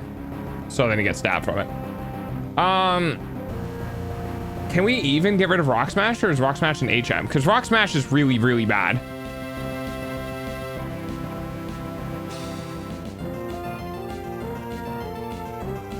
Oh, really, Harry? I didn't know that. Can we try? Might as well. I mean, we might not be able to. Might as well try. Just so we know we can. I tried getting us to get someone else who could use it, but let's see if it won't let us. HM moves can't be forgotten now. Boo! You suck! Well, I mean, if we had the option between headbutt and fucking metal claw, then yeah, headbutt. Because normal isn't, you know.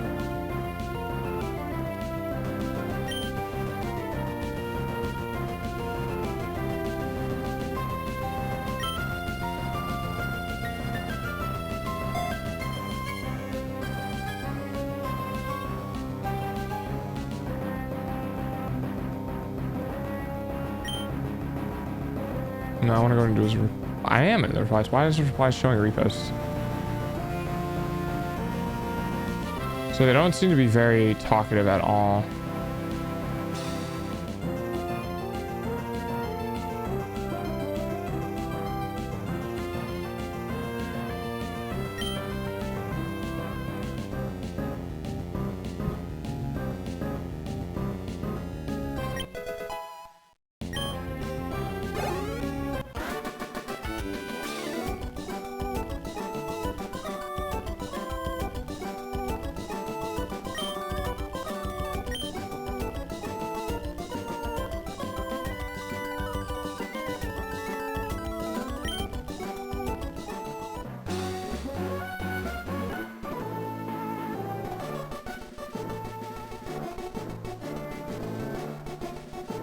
Okay,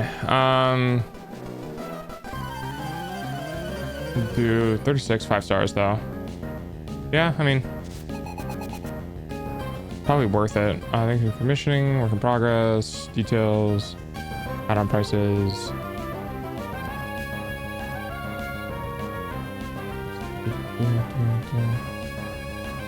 Payments, communication, artists to take place manually on the agenda left there to the Twitter DMs. Okay.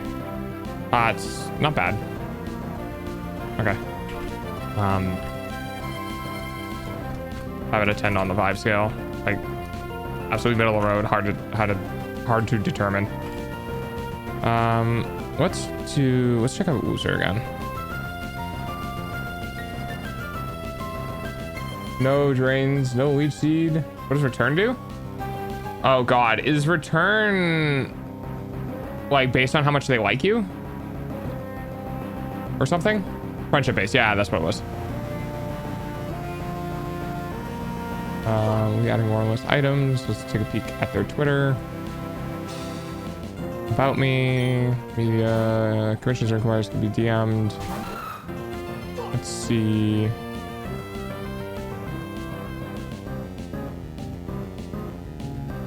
Full flat color palette available on request, which we're definitely gonna want.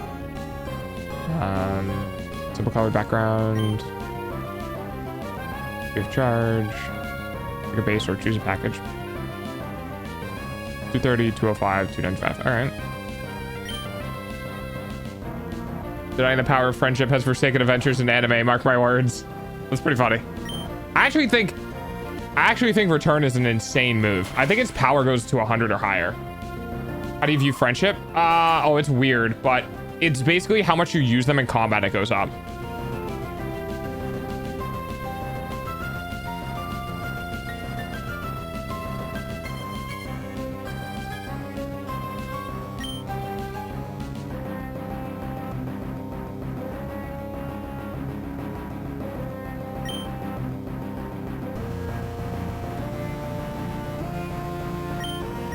User's happiness. Which is, I guess, yeah, related to friendship. But it doesn't give me... It has 102 power at the maximum friendship value. Which is pretty good. Return is the highest damage, 0 drawback move in the game at base power 102 at maximum happiness. Earthquake is the second at base power 100. So like, pretty good. Pretty good.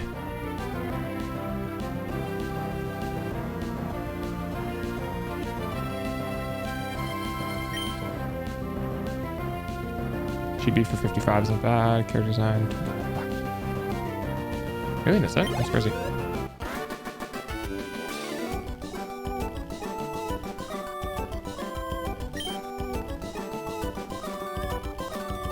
They have Discord, which is great.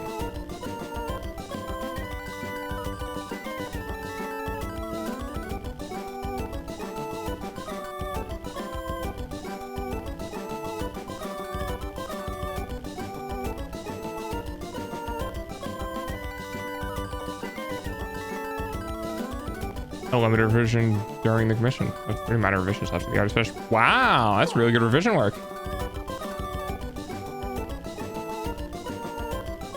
And 100% of intellectual property rights. Dude's kind of based. This is great. Yeah. Dude's kind of based. Power of friendship. Like the fucking bar brooches, dude. Wasn't her on the list first? I think it was just based on distance. Good vibe checks from this guy. Holy shit. Let's go check out their X.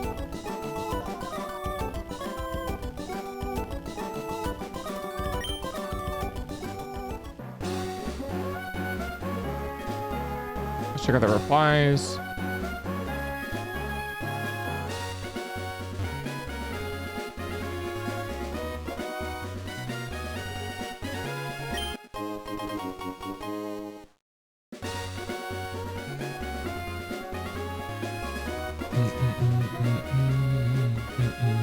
They're reposting commission, or not commissions, they're reposting art. Art information, which is normally a good sign that they're actually doing art. Supporting smaller artists. Supporting other artists. I'm getting some pretty good vibes from this dude. Oh my god, that's so funny.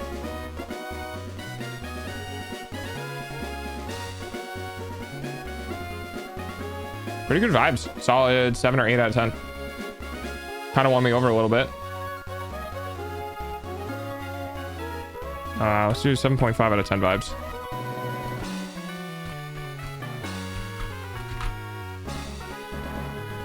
I'm trying to level Ushi right now because he's one of the lowest. Again, didn't think it's best decision. We have one of our strongest focus from Easton right now because of that decision. We could easily become another one of the strongest.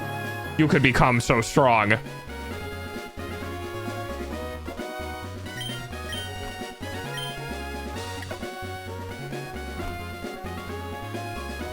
Let's check out this person. Whew. Damn, the guard is good.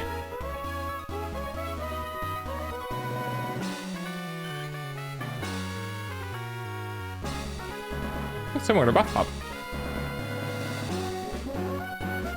I'm gonna go there. All right, let's see what we got. YouTuber reference sheet. Let's go.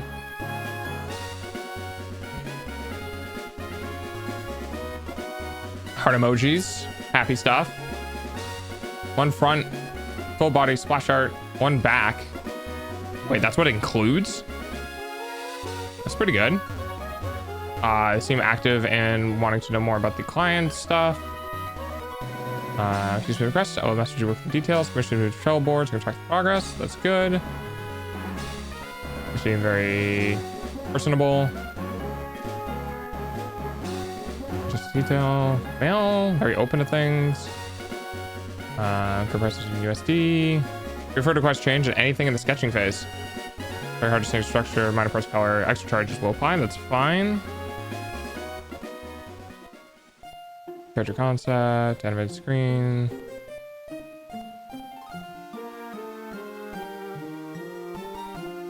Yeah.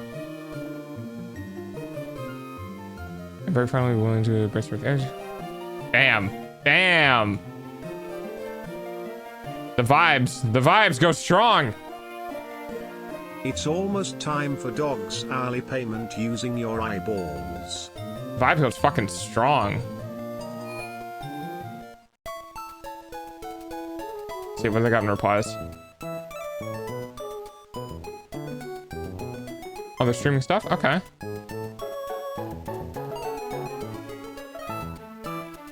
And choose to stay out of the drama and enjoy drawing. Okay.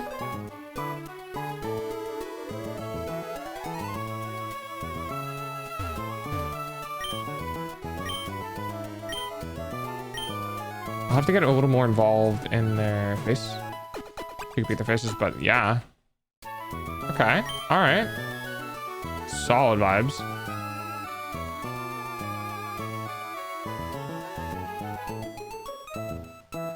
Very good in the artistic. I don't know.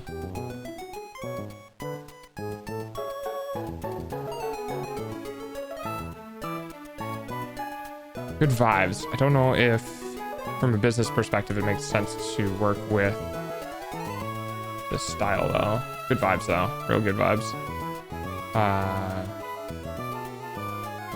Solid, like, 8.5 out of 10 vibes. I gotta go buy swap. 70% are birds. Makes sense. Build for new projects, selling reviews for the commissions. Let's check their TOS stuff.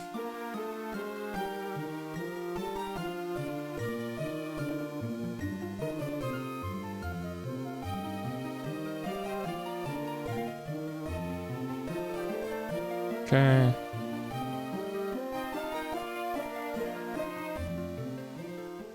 Commercial pricing. Oh yeah, you just immediately priced yourself out, dude. 240. So I need to adjust that.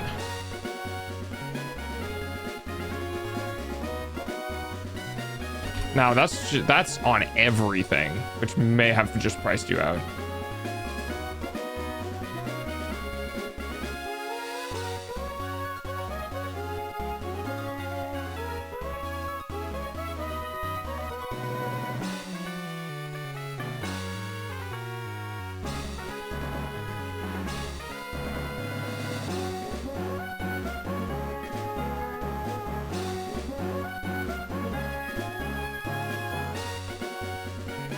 Yeah, I'm not really liking the vibes on this one.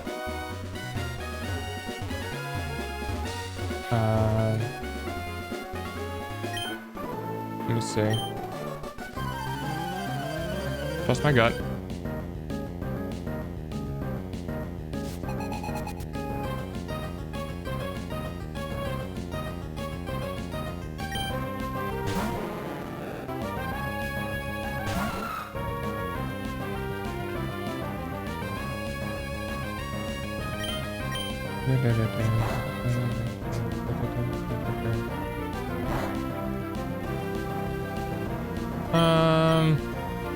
Yeah. I'm gonna have to go 4 out of 10 vibes.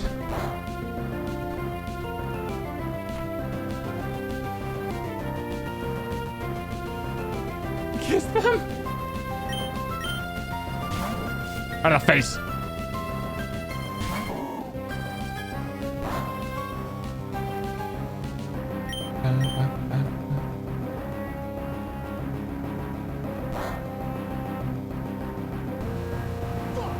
God, yeah, I like that. Oh, God. Oh, the TOS is good. The character sheet stuff is also pretty good.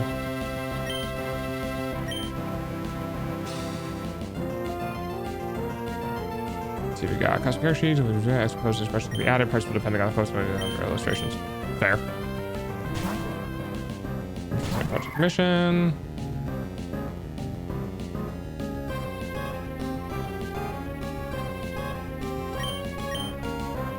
Refunds, communication. Sort of Twitter. All right. Very kind of straight to the point. It's not bad. Let's take a peek at their socials.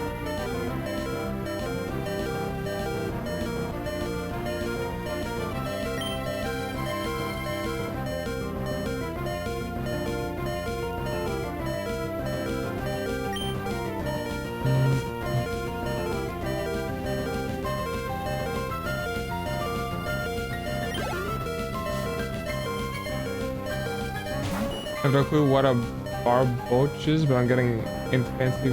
Ah! I think they're the weird looking eel things, right?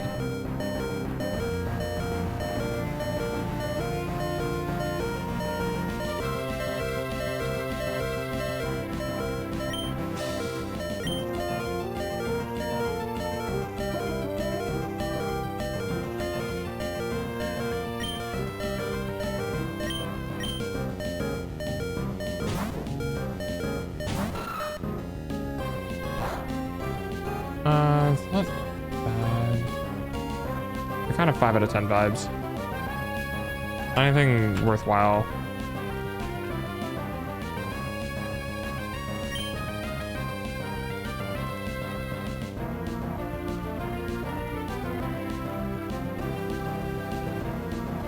Oh yeah, you wanna...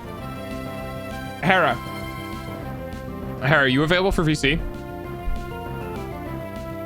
I don't think anyone in this current stream has heard what you sound like. Like in this current in my current community, I don't think anyone's heard what you sound like because you've been on my stream before, in my last one. But I think if you talk, I think if I dragged you into a VC and you talked on stream, people would know immediately. Opinion on the Kenku race? Kenku's cool. I like Kenku. I know you were asking Hera, but Kenku's cool. I like Kenku. Also, probably way too late for you to be on VC. It's just a funny question. Ads suck, I know. Your eyeballs pay for dogs' food, though.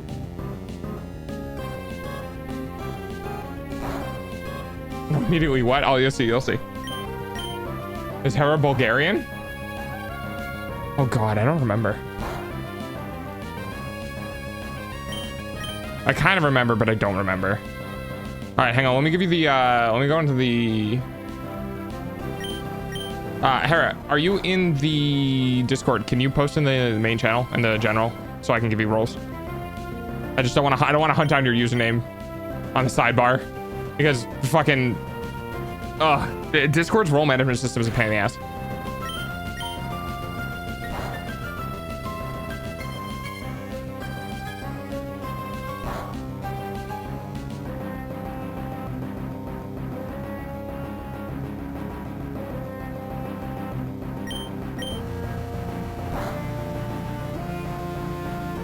Or can I guess I could do it. Let's see.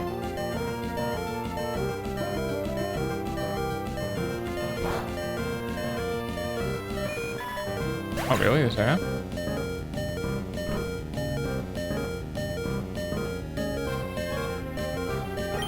There you go. All right. Fixed. I haven't scored. Yeah. 1 second.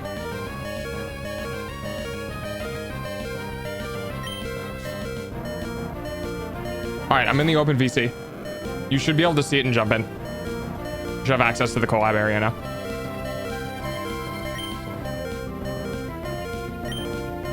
No, I said you were 6 hours ahead.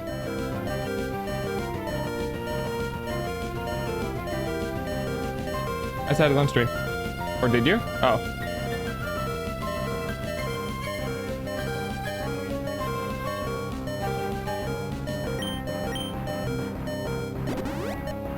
Oh, you're muted. You should be... Oh, yeah. Okay, there we go. Hello. Oh my god, I need to lower your volume though, because you're busting my eardrums, man. Well, fix it. I fixed it.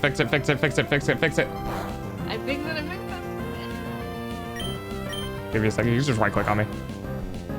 Why don't you just turn down your system volume?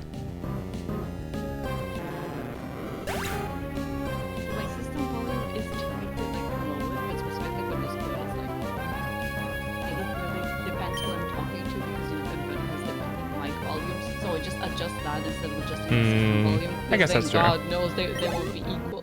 Hi, Ruby. I can barely hear her over the game. Oh yeah, she is a bit quiet. Hang on, let me adjust her volume. Talk to me. No. I'm confused. I will remain silent.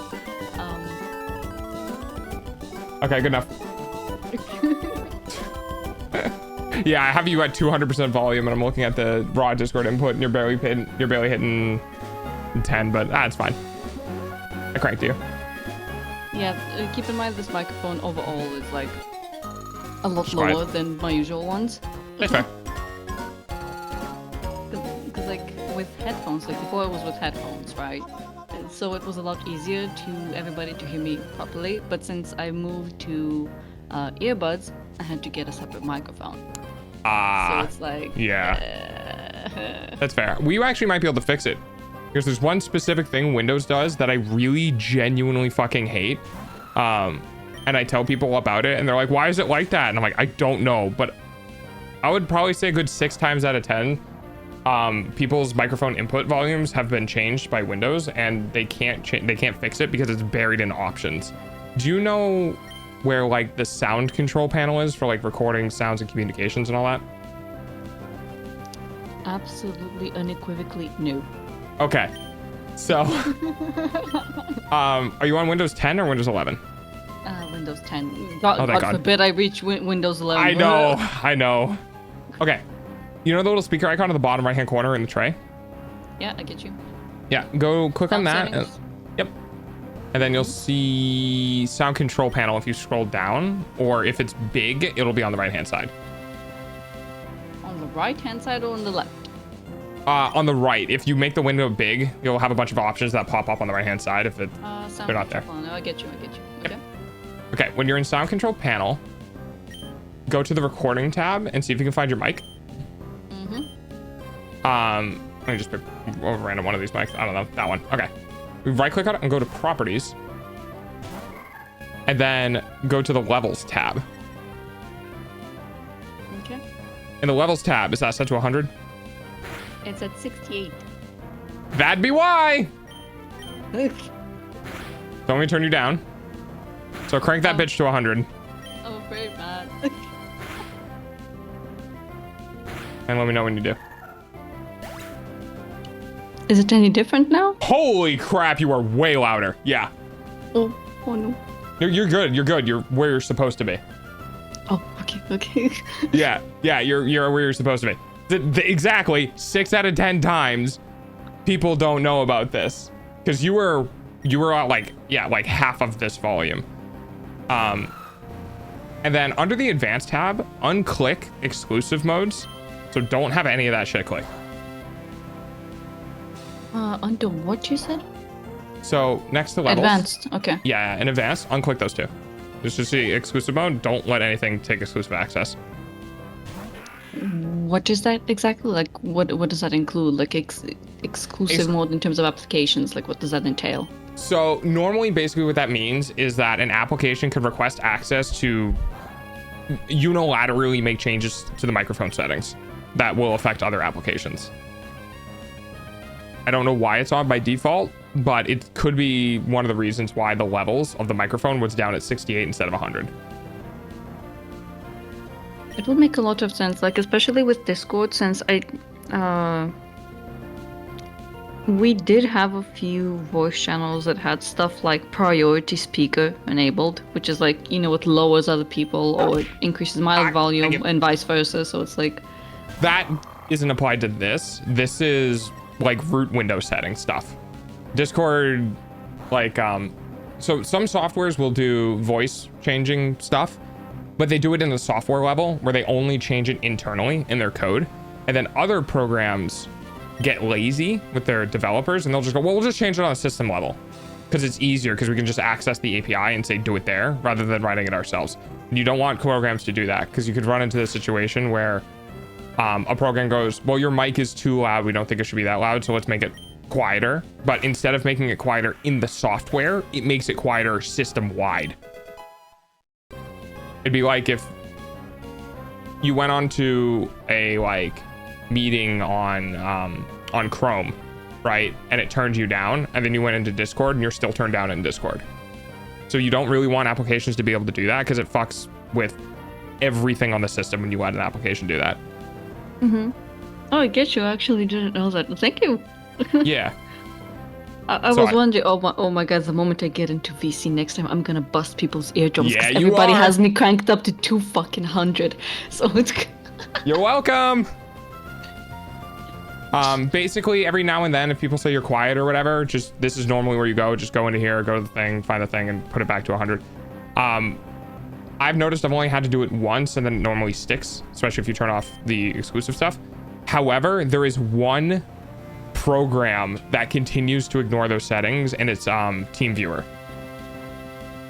TeamViewer constantly fucks with the microphone volume even if it's not like the one that's selected, or no, even if you don't use it in TeamViewer, right? If you don't use your microphone in TeamViewer, it'll still fuck around with it. So I don't know if you use TeamViewer, do you? Mm-mm. Okay, I have so no you should be idea what fine. that is. Yeah, you're good then. Basically, it's a screen sharing application where people can like control your computer, but it's more professional than the super sketchy stuff that like scammers try to get you to install. All right, cool. We fixed your mic. Let's go. Yeah, boy. Thank you. Thank you. Thank you. You're welcome. Now you can say hi to stream. Honestly, I could have. What did you say? I'm sorry. I said now you can say hi to stream. Oh my god. Oh yeah, because they can actually hear me properly now. Yeah. I can't give me. Hi guys. Yeah. You say hi back. What you up to? We're fixing audio. Well, we fixed audio. And I'm perusing VGen and getting reference sheet stuff together and vibe checking a lot of the artists, because that's a part of my pruning process. Is I don't like working with artists who aren't really like passionate. I don't like working, and it's nothing against them, but I find working with very like business like artists can feel really meh, because I like my artists to be enthusiastic about the work and the stuff that they work on. So I go through a lot of the artists that I've selected and I just do a vibe check in general. Like, how are they word wise? How are they on their terms of service? How are they on social media? And I just kind of stalk them for a little bit to get a feel for them. I come back at the right time. Technically, that's like research. It's not stock. It's research. True, it's business research. You're getting the statistics. It's fine. That's normal. Like, that's expected. Yeah. Gotta vibe check all of the artists. That's completely understandable, honestly. Like, depends how in depth you go. I can only assume that may take up a severe amount of time. Yeah, it can. I normally go pretty light, just because normally what I do is I get a rough vibe check. And then essentially it's everyone kind of like a 5 out of 10 or a 4 out of 10 or whatever. And then the reason why I do it is because sometimes I find stand out artists who are very passionate in like their descriptions of work, or very clear and fair in their terms of service and stuff. And then I find other artists who kind of don't really vibe very well. Like, for instance, I found a couple of artists on VGen who obviously primarily do VTuber work, and essentially what they do is they set their prices low and then they go in their TOS or whatever and they're like, oh yeah, if you do this for VTuber stuff, it's like extra 100, it's like 100% extra or 50% extra or whatever. And it's like, oh yeah, and some people have revenues as well, like, but based on, you know, what you earn as revenue, like they get a cut because of the ownership of the design or IP or what have you. So like, it does make sense. But what doesn't sit well is when your primary audience, like your primary sales audience, is a specific industry and you're kind of hiding the overall cost. Like, instead of being like, well, instead of my base cost being $200, right? It's $100, but if you're a VTuber, it's an extra 100%. It's also 100% for all of the additions on top of it, not just for the base price. So it ends up looking like a good deal, and then the second you start going into the artist's work and stuff, it like immediately jacks up. And some artists do that just so they can get the click or get the eyes on their work. And I just kind of like, that doesn't sit right with me. Some artists are like, commercial work only applies to like company activities.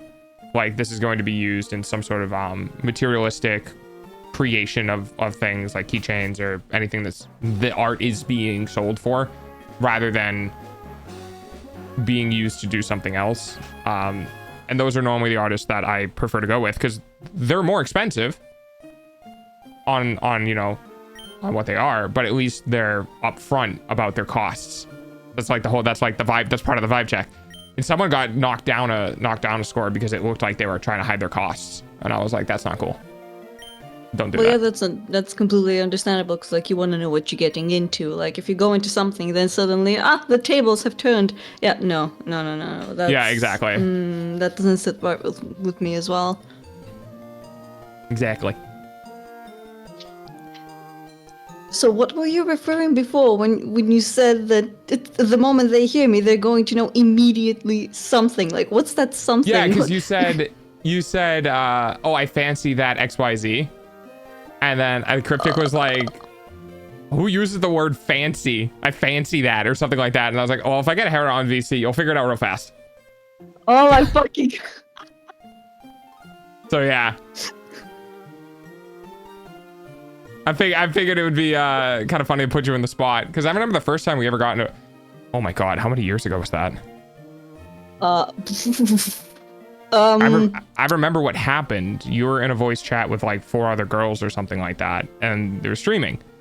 And I was on my other account as a streamer as well. And I was like, oh yeah, I could jump in. We can yap. Or like whatever. And, I remember. I know exactly what you're talking about. Oh. Yeah. And I jumped in and I yapped with a bunch. I tried to be, you know, reserved and polite because it was not my space. Mm-hmm. But we just ended up talking about something, and then we clicked in DMs, and then we just kept talking, and then kept talking, and then kept talking, and then kept talking. I remember it was like 12 or 13 hours or something like that. Oh, I insane, remember, yeah. oh my fucking god, I remember where I fucking lived at that moment, do you understand? Like, and I remember the exact position. Oh my fucking god, don't even get me started on the fucking bed bugs. That's the thing, it wasn't even bed bugs, it was like moths. That's like, right, it was like moths. I can't remember they were being like bed bugs or some shit like that. But yeah. Yeah, because of the things that they lay, like the larvae. Yeah, they put it in the... Essentially. Yeah. Yeah, so they just go everywhere, right? And that was when I had the infestation issue. But yeah, and I remember exactly, because like... And I think I fell asleep at some point. I think so too. Too. Because I remember like we were talking, right, and since both of us like start to bounce and then monologue, so it becomes this massive exchange of manifestos. So it's like, and the thing with me personally is like back at that time, like now I've kind of gotten out of touch with being able to fall asleep on like sound or anything in the background. I need to actually get back into that because God knows I can't fucking sleep properly now when it's quiet, because like we have these fucking cats outside that like random intervals at 3 a.m. Yes. And I'm like, oh, let me sleep, and they can't stop because like they're street cats, right? Because we have these like semi-destroyed old houses nearby, so they kind of like haunt the places over there, and it's Did you just say haunt? Yes. They haunt. That's great. I love that. You just walk in and there's just glowing eyes in the corner, and it's just like, never mind, I don't want to be here. I mean, they're not inhabited. It's just the cats. Yeah, the cats own the structure now. Yeah, but I'm sidetracking. Oh my god, old habits die hard. This is what happens when we get on the Discord call. Chad's getting a good experience of like, because you and I haven't been on a Discord call in like actually like 3 years. Like it's been a long time. That's what I'm trying to remember. Like, was it 2022 or 2023? Because like right now it's 2025, right? In like 1 year and a half. Yeah. A year and a half ago, I was in another city that's not the same city. So that would mean that it's at least 2 years back. 2 years. I think it's closer to 3. Because I think end of 2022 was when we met. And then I did a bunch of the stuff Hi, Christy. I did a bunch of stuff in October to like December, and then I shut down really hard, and I had an issue with shit early in the year, and then I just kind of poofed. So I poofed in 2023, I believe. So I think we met end of 2022, and that's when we were on calls. Like stuff was happening was end of 2022. I can't entirely remember, purely for the fact that. Because I'm trying to backtrack based on where I live, because I changed apartments a lot, right? So I'm just trying to find out. So I remember the apartment I lived in when we spoke. So that was before I moved apartments in the same city, but it was the last apartment before I moved to another city. So technically, oh my fucking god. Okay. So for reference, I need some kind of reference. Oh my god, I actually haven't changed. Oh, that PNG needs changing. Oh my fucking. You want to go change it now while you're thinking? I really don't remember. I will, but I don't Fujitech, I can remember give the you the, website. Yeah, I got you. Yes, please, because I have lost it within the archives of literally anywhere. Really. You're good. You're good. I gotcha. Yeah, Right. thank you. There you go. What was I talking about? I forgot. Fuck. You were trying to figure out where you were when we were talking, and that would tell us about how many years ago it was. Yeah. All right. So, it's. What you up to, Christy? Anything specific? It's after 2021 for sure. I'm 100%, absolutely yeah. 100% sure it's after 2021. It's before 2023 for sure. It's somewhere in 2022. It has to be somewhere. I just don't know when exactly it is. I believe it's somewhere between, because I was on I was 110 or 120 days streak, and I believe that ended post Christmas. So it would have been not the 12th, 11, 10, just put it in 9. So probably August, September or August. Probably September to October. Weekend work? Oh no. Hopefully it goes well. I feel like it was somewhere in the summer though, because the moth infestation happened in the summer. Because I remember that when I fell asleep back then, the sheet that I used to cover myself with, because I had opened the door to the balcony for some fresh air to like come in, so that it's not that hot at that time, because the AC wasn't working properly. I remember that the sheet that I used was the ones that I use for summertime, because I have winter sheets and I have, summer sheets. And I remember the exact one. It was a white one with pink and blue polka dots. I remember the exact fucking sheet that I I remember that. Wasn't it on the ground too? Because you couldn't sleep in your, like, the room or something? Didn't you say, like, you had the mattress on the ground? No, it's not on the ground. It was like So what I said essentially was I cannot sleep in the other room where the actual bed is, because that's where the main Problem. source essentially. Yeah. Was where I slept was in the living room. I used the what's it called? Pull-out couch? Couch. Yes, Oh, just pull-out the couch. Oh, okay. Yes. Yeah. It's a pull-out couch, but the thing, you may be remembering a mattress, because that's exactly what it had. Like, it wasn't a pull-out couch, like from one of the more modern ones, right? Where it kind of looks like the actual couch itself. It was a very old couch. It literally, okay. It looked like a fucking casting couch, okay? Oh, okay. Yeah. It was one The of fastest those way to really, get that into really- somebody's head. It looks like this. Oh. Yeah, makes sense. But yeah, it was one of those really old leather couches, right? So essentially, what I had to do in that case, so the couch cushions themselves, they had to be removed and placed somewhere else. By the So way, it's you just not got like an named extension. in Pokemon. Yeah. Apparently you're a Viper. Why am I? Oh my. Yeah. Why am I a snake? You're a snake. Oh, it's purple and black. So, like, kind of Also, matches the vibe. Oh my god. I cannot express how many times people have told me that I look like somebody who would really love snakes. Meanwhile, I have an absolute phobia of snakes. So I'm like, yeah, technically I understand that, like, aesthetically, design-wise for characters, I completely understand that. Yeah. And Slytherin characters always look really nice, and I like them. But the reptiles in particular, I do not fancy those, no. You don't like reptiles, huh? No, I am scared of reptiles, yeah. Oh, interesting. What about the amphibians?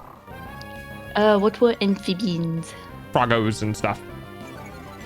They weird me out. Oh my god, so with fucking frogs, okay, I have an actual story on why, oh my god, I have an actual story on why I don't like frogs, oh. So what about frogs? I hate them. All right, story time.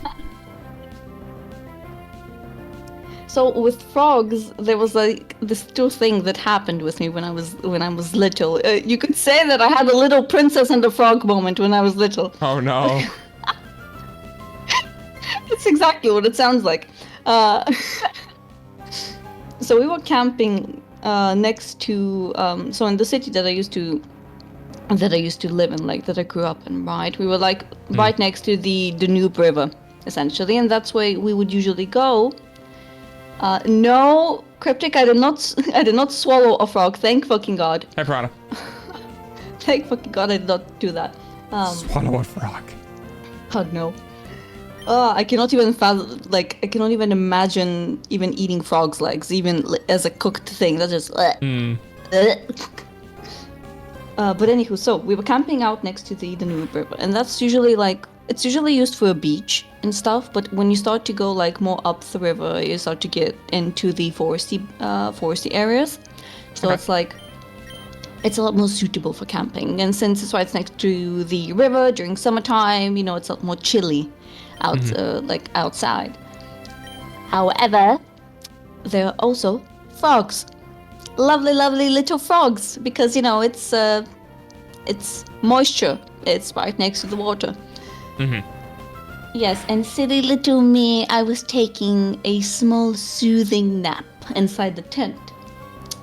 Dreaming my silly little children dreams. When apparently somehow the tent was left. Let me guess. Okay, guess. You woke up because a frog jumped on your face. No. Okay. Close, but no. And keep in mind though, I do not actually remember this. This was what my mother told me. God. Yeah, so she relayed this story. I have no memory of this. I was very, very small. This would mean that I was definitely below the age of 8 or 9, for sure, for sure. Okay. Yeah, so essentially what she told me is, so the tent was left a little bit open and a frog had managed to get inside. Now, apparently, I was dreaming about something. I don't know what I was dreaming. No idea, but the frog apparently was curious about me, so it just like, you know, approached. Oh, Cryptic, please, no, do not put that image in my head. Oh my God. Fun times. Human beings have the capability of forcing other people to think about things. Purple giraffe. But yeah, so I don't know what I was dreaming about, but she told me that, so the frog was curious and approached me while I was sleeping, and it did get to my face, and you know, I've always slept sideways, like that's just my go-to comfortable position. And I don't know what I was dreaming about, but literally, like the princess and the fucking frog, in my sleep, I somehow kissed the frog. I don't know how. Oh boy. But I kissed the frog. I don't know how exactly, but it's not like knowing myself. Kissing the frog. Like actually, but like keep in mind, I was a little fucking kid. Like it couldn't have been that actually dramatic, because she made it out to be. That's crazy. But yeah, ever since my mother told me that story, and then I looked at frogs, and the thing that terrifies me about frogs is not how they look, it's the unpredictability of when they're just going to snap on you somehow. Because they have that like lightning reflex sort of thing, especially with like their tongue, like when they can catch insects and stuff like that. That to me is terrifying, because like I can be like, oh, what a cute little frog. Please don't tongue me. Or even jump. Oh my God. Tonguing. Like the tongue, maybe I can live that down, maybe.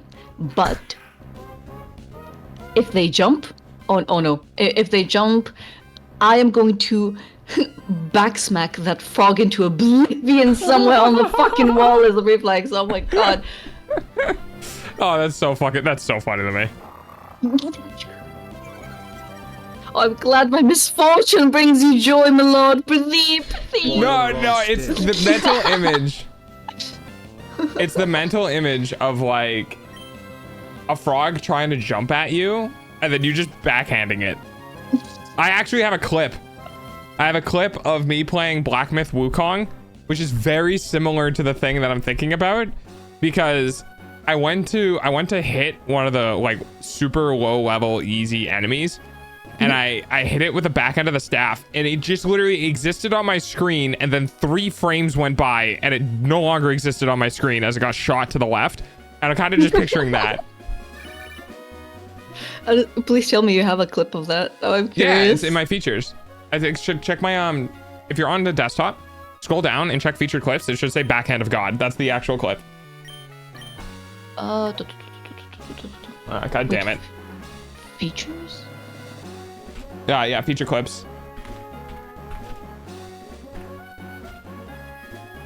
Am I blind? Maybe.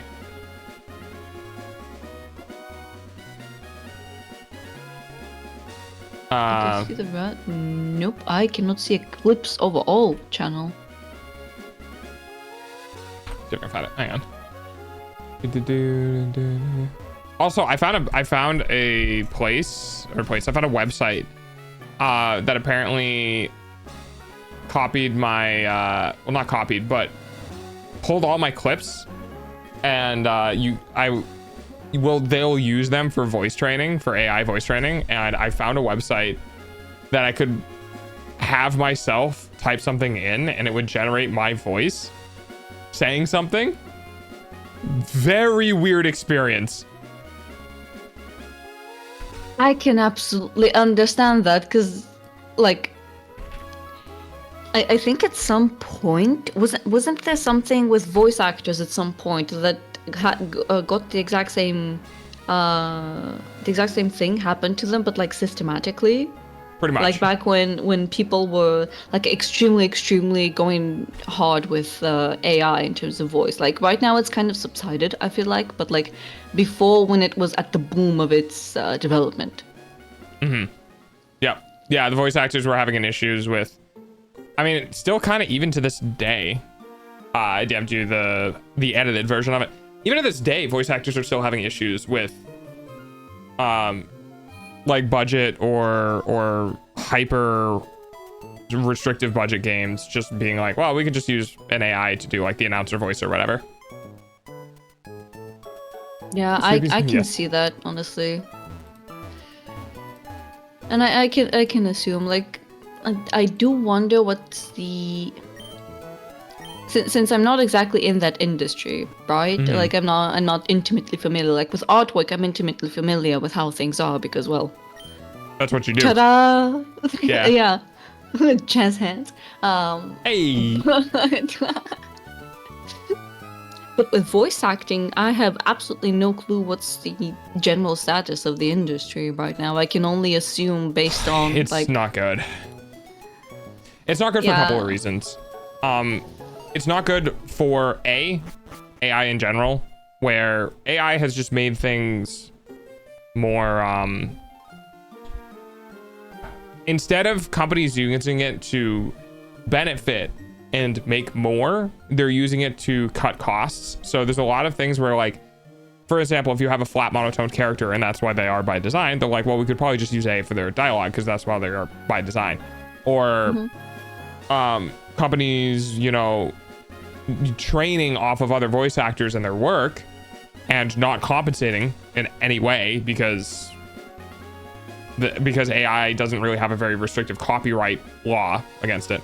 But even more to that is that voice acting in general is kind of viewed as one of those, like, it's very similar to art where it's viewed as just primarily contract work.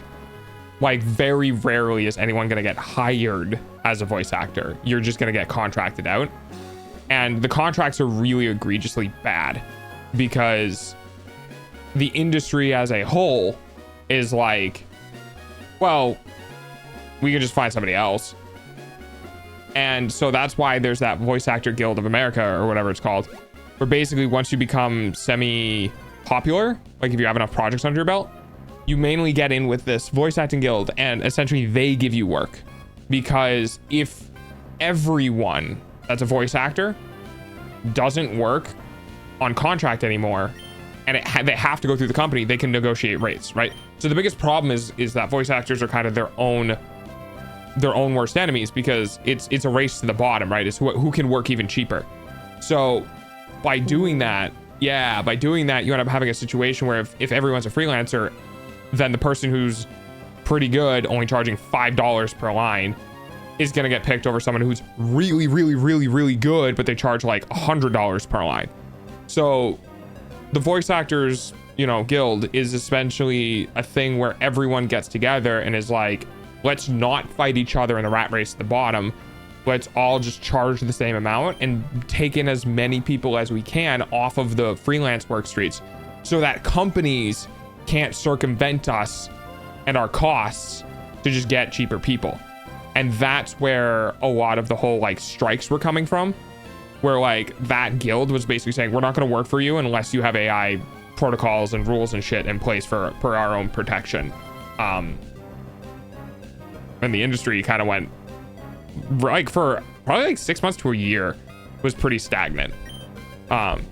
It's gotten better as we've developed more things to deal with, with the way AI has become, but it's still not good. It's still not good.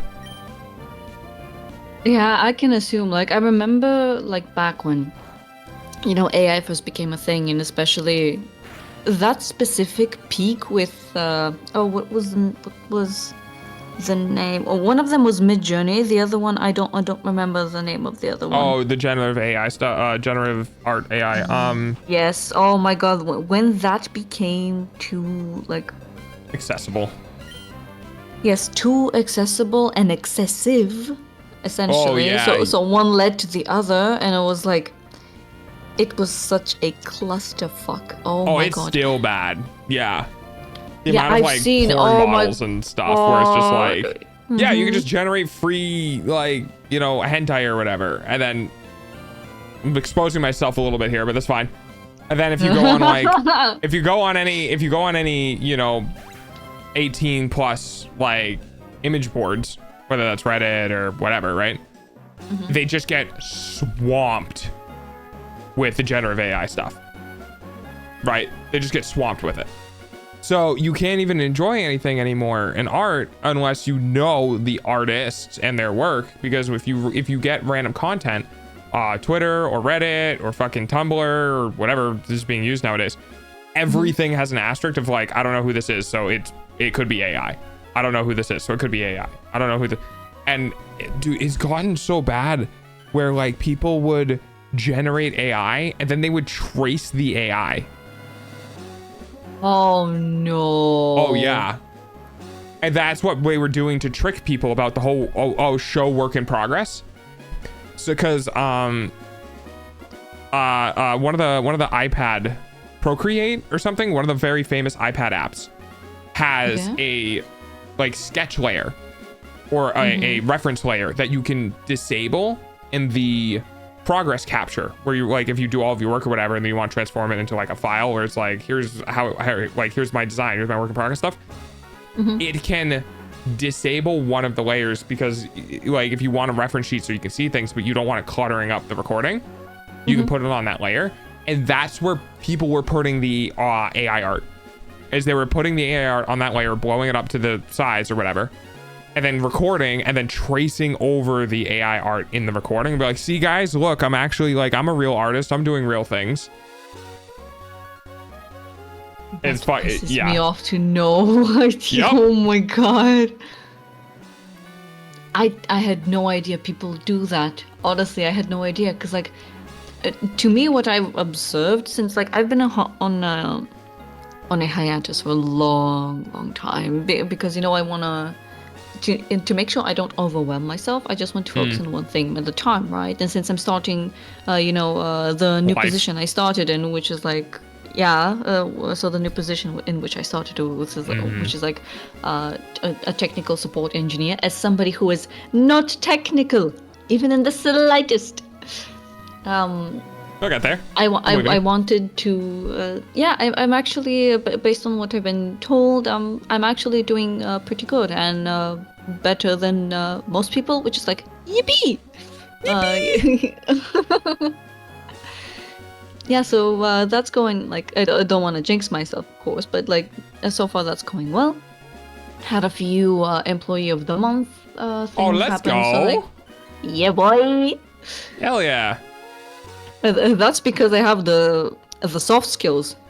I ask people for the technical stuff, but I have the soft skills to Yeah. to communicate with people, right? So it's so that's really where it comes from.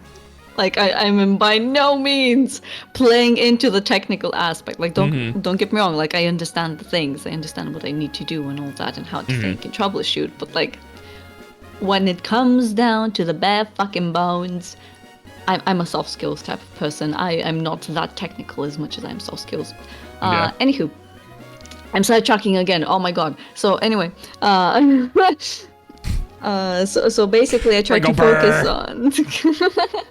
See, this is why Hera types so much, is because it gives her time to like filter everything out. I'm just being like, I gotta get this out. And it's just a paragraph. Yeah. Yeah, exactly. But that's cool because we end up having these situations where like it's actually funny because it's one of the reasons why, from what I remember, she can't talk in chat. If she shows up and she plans on being here for like a half hour or like 20 minutes or whatever, because you know, bed, she won't talk. Because the second she opens her mouth, immediately we get on a topic where it just will take over chat for like a solid hour, and she's completely blown past the time when she needed to go to bed. I don't. Why am I here to get called out like this? What is Why are we here? Just to suffer. To suffer? Jinx.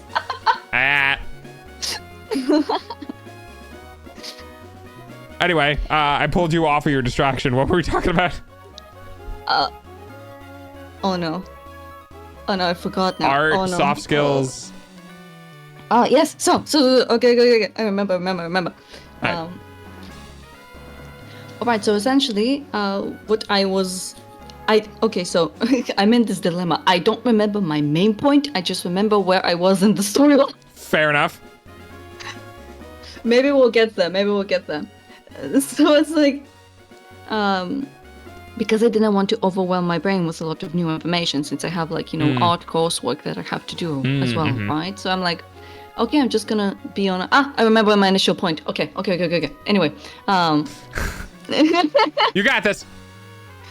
Yes, so I decided to focus on, you know, the thing that actually, you know, pays rent, pays the bills and all that, which is like, you know, the job, like making sure that I can, like, for 6 months, it's like, that's the trial period, right? When you go into a job, you have like, at least that's how it is in my country. I actually don't know how it is in other country, but you do have, I would assume, like a trial period, but like up until a certain amount of months within your job, you can be let go by your employer if you do not meet their standards, right? And that's just within the agreement. Like, it's just a base agreement.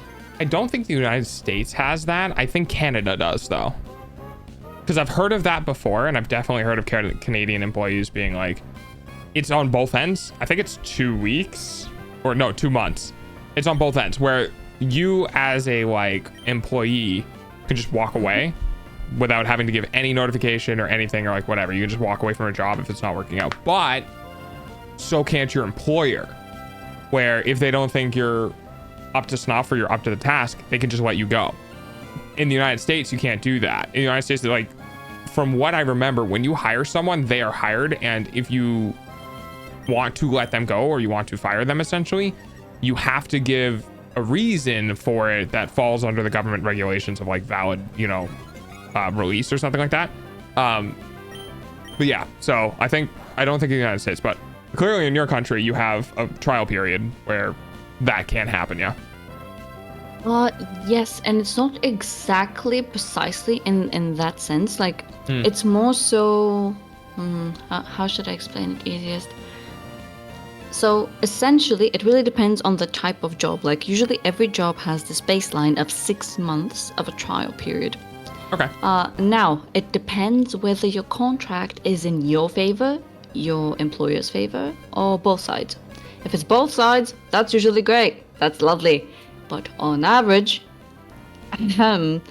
it's in the favor of the employer, which is Yeah, kind of course. unfair. Yeah. So yeah, and what this trial period essentially is, I'll give an example with my current job, since that's the easiest to interpret, I believe. So since our performance is measured by KPIs, right? Yep. Yep. So for these 6 months, if let's say your KPIs do not show any specific, you do not reach any specific ceiling of performance based on the KPIs that you have, and additionally, it depends on what management also, has an impression of you, Yeah. right? Because they are management, they're your managers, they hire staff, yada yada.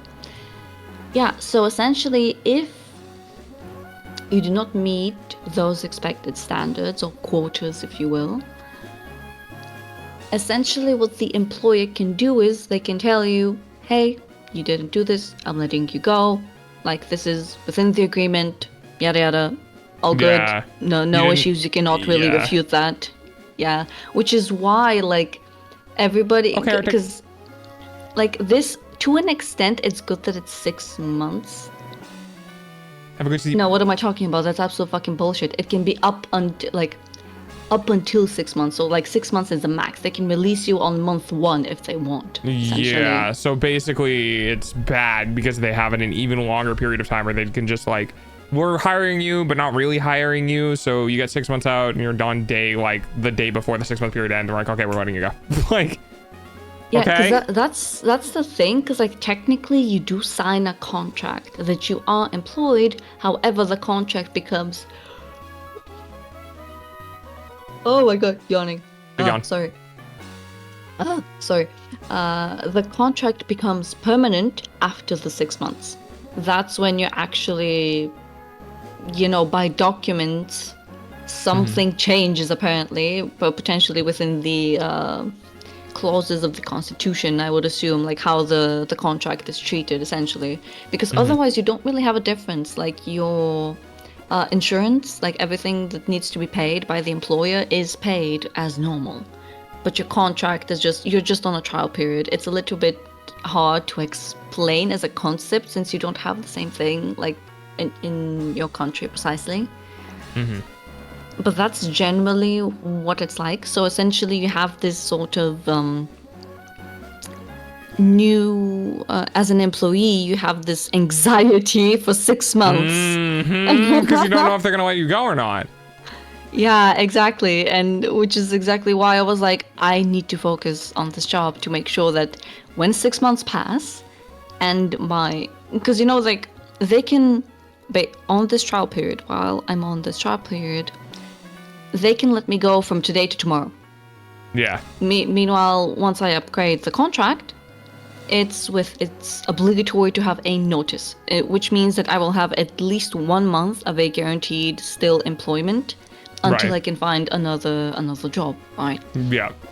And with my current company, it's 2 months, which is EP. A lot That's more. Yeah. Yeah, it's actually really, really good. And essentially that's the good part, and that's why I went on the hiatus overall, so I can focus on this. So I can... Yeah. I need to be able to afford things. Yes, precisely. And essentially, because of that, back to my original point, we're cycling back to point A. Hey, we're getting there. We're getting there. It only took us like what, an hour and a half? Oh my god. I don't even think it's been a half hour.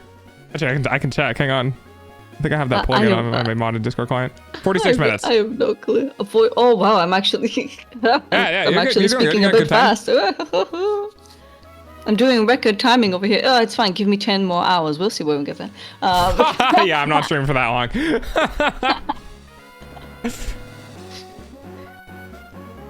But yeah, so going back around, you got this? Yeah. So essentially, based on that hiatus, I wasn't actually able to keep up that much with everything that's going on in the art sphere. However, because I recently Oh my god. I give the follow. Oh my god. It's 2 a.m. so the yawning is going too frequent. I gotcha. But essentially, what I saw on Pinterest recently, since I did go home to visit my parents, so like when I was on the train, I wanted to sketch, like traditionally sketch, right? Okay.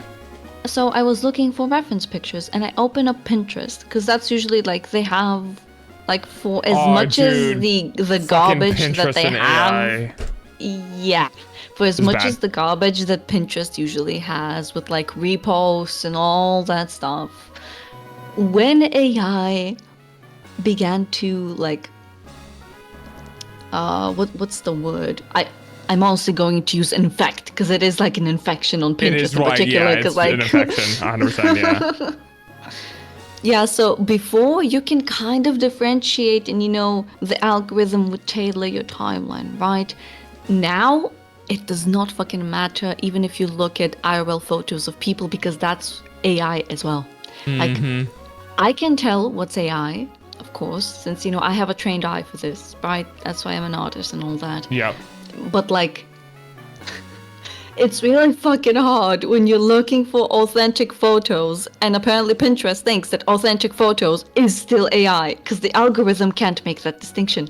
So it Because it's not a constantly human offers being. AI. Yeah, it constantly offers AI stuff to me, and I'm like, please, no, I want actual people so I can learn actual people. I don't want something that is incorrect, please.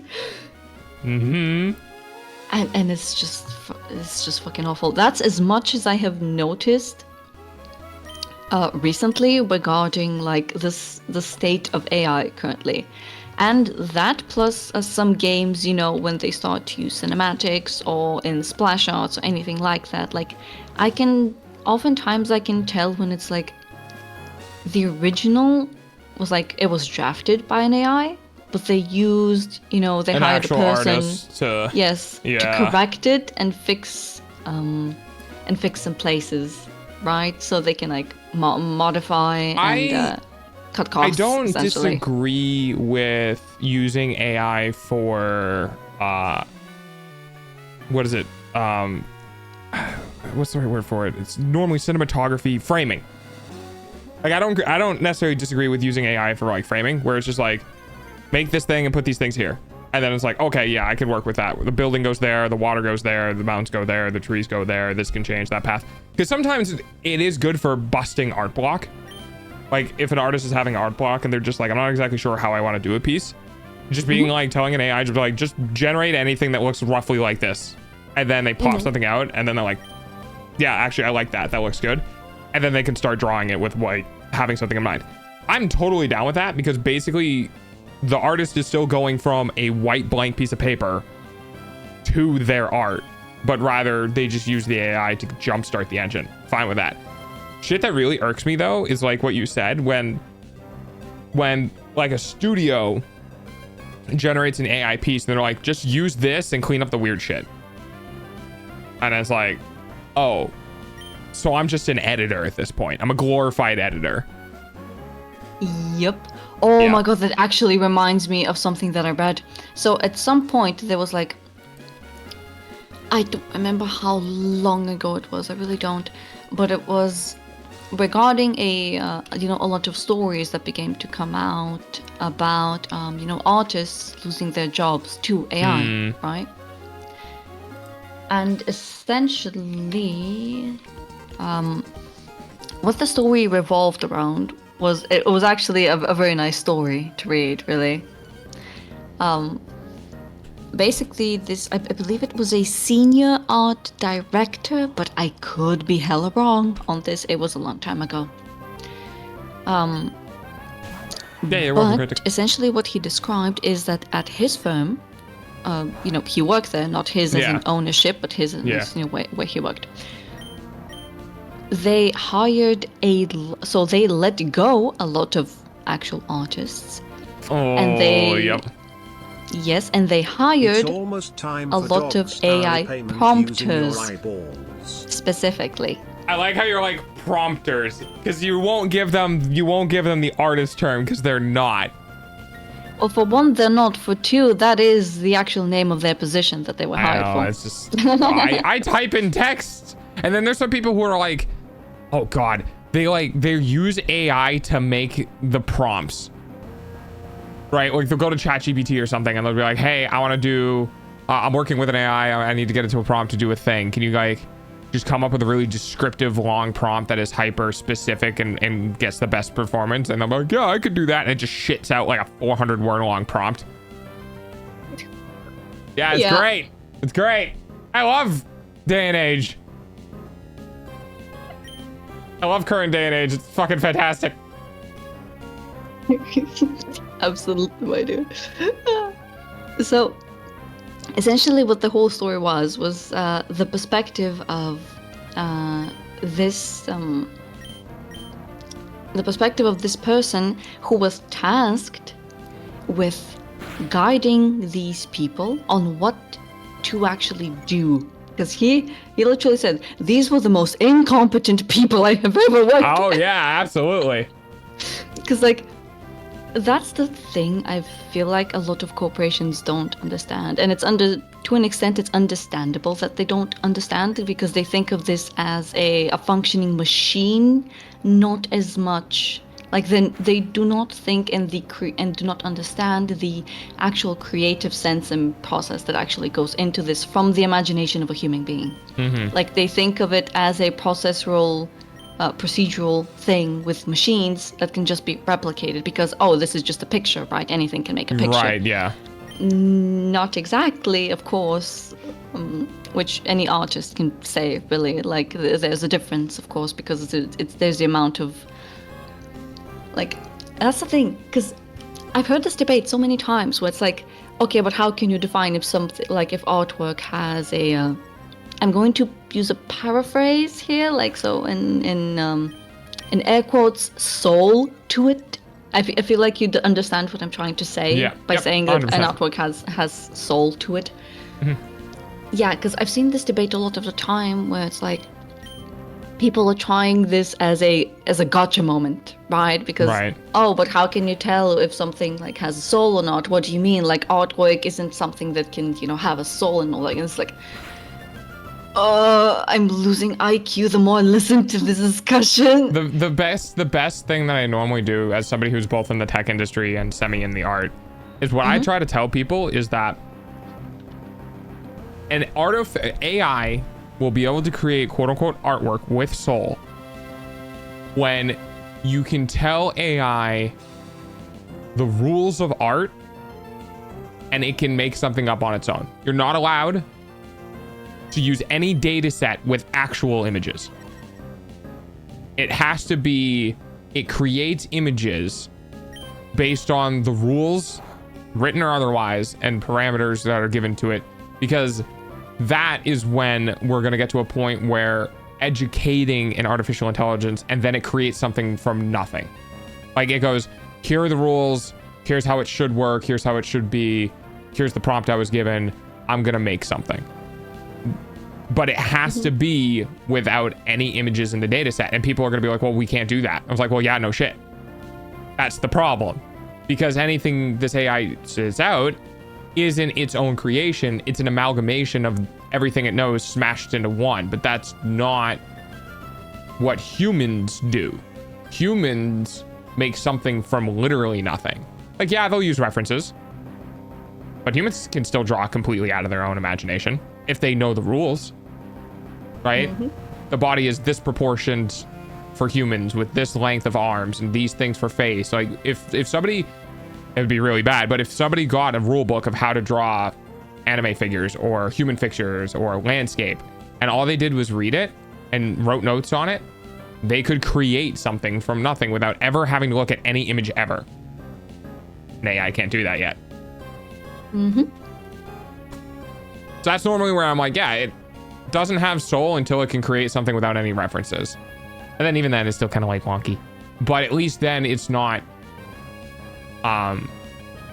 artists can be comfortable knowing that there was no art taken, right? There was no theft of intellectual property by putting it in the machine that is AI. Once it can do it without any other human beings' input for art and it can do it on its own, I'll be much more comfortable with AI generated art. But even to that point, part of it, the soul, in my opinion, for human art comes from the process, not the result. Because people will be like, well, how do you know if it has soul? And it's like, well, it has soul if you can see the things a human being went through in order to create it, right? If you see the quirks on, oh, there's this part of the window that's kind of funky because the artist redrew something and forgot to like fill out a part of it, right? That's soul, because it's human error, it's human progress, it's a way to see how something was made in the finished product. And you'll never get that with AI because they're just gonna fake it because it's just made. You know what I mean? Mm-hmm. I don't exactly what you mean here, and honestly, it's like. I was going there, trailer. How can I even begin to describe this with AI, man? Because it's like... It's really tough, because it's one of those sentience things. Because that's really kind of the big thing. It's like, well, if AI doesn't have sentience... Holy shit, that guitar is good. Sorry.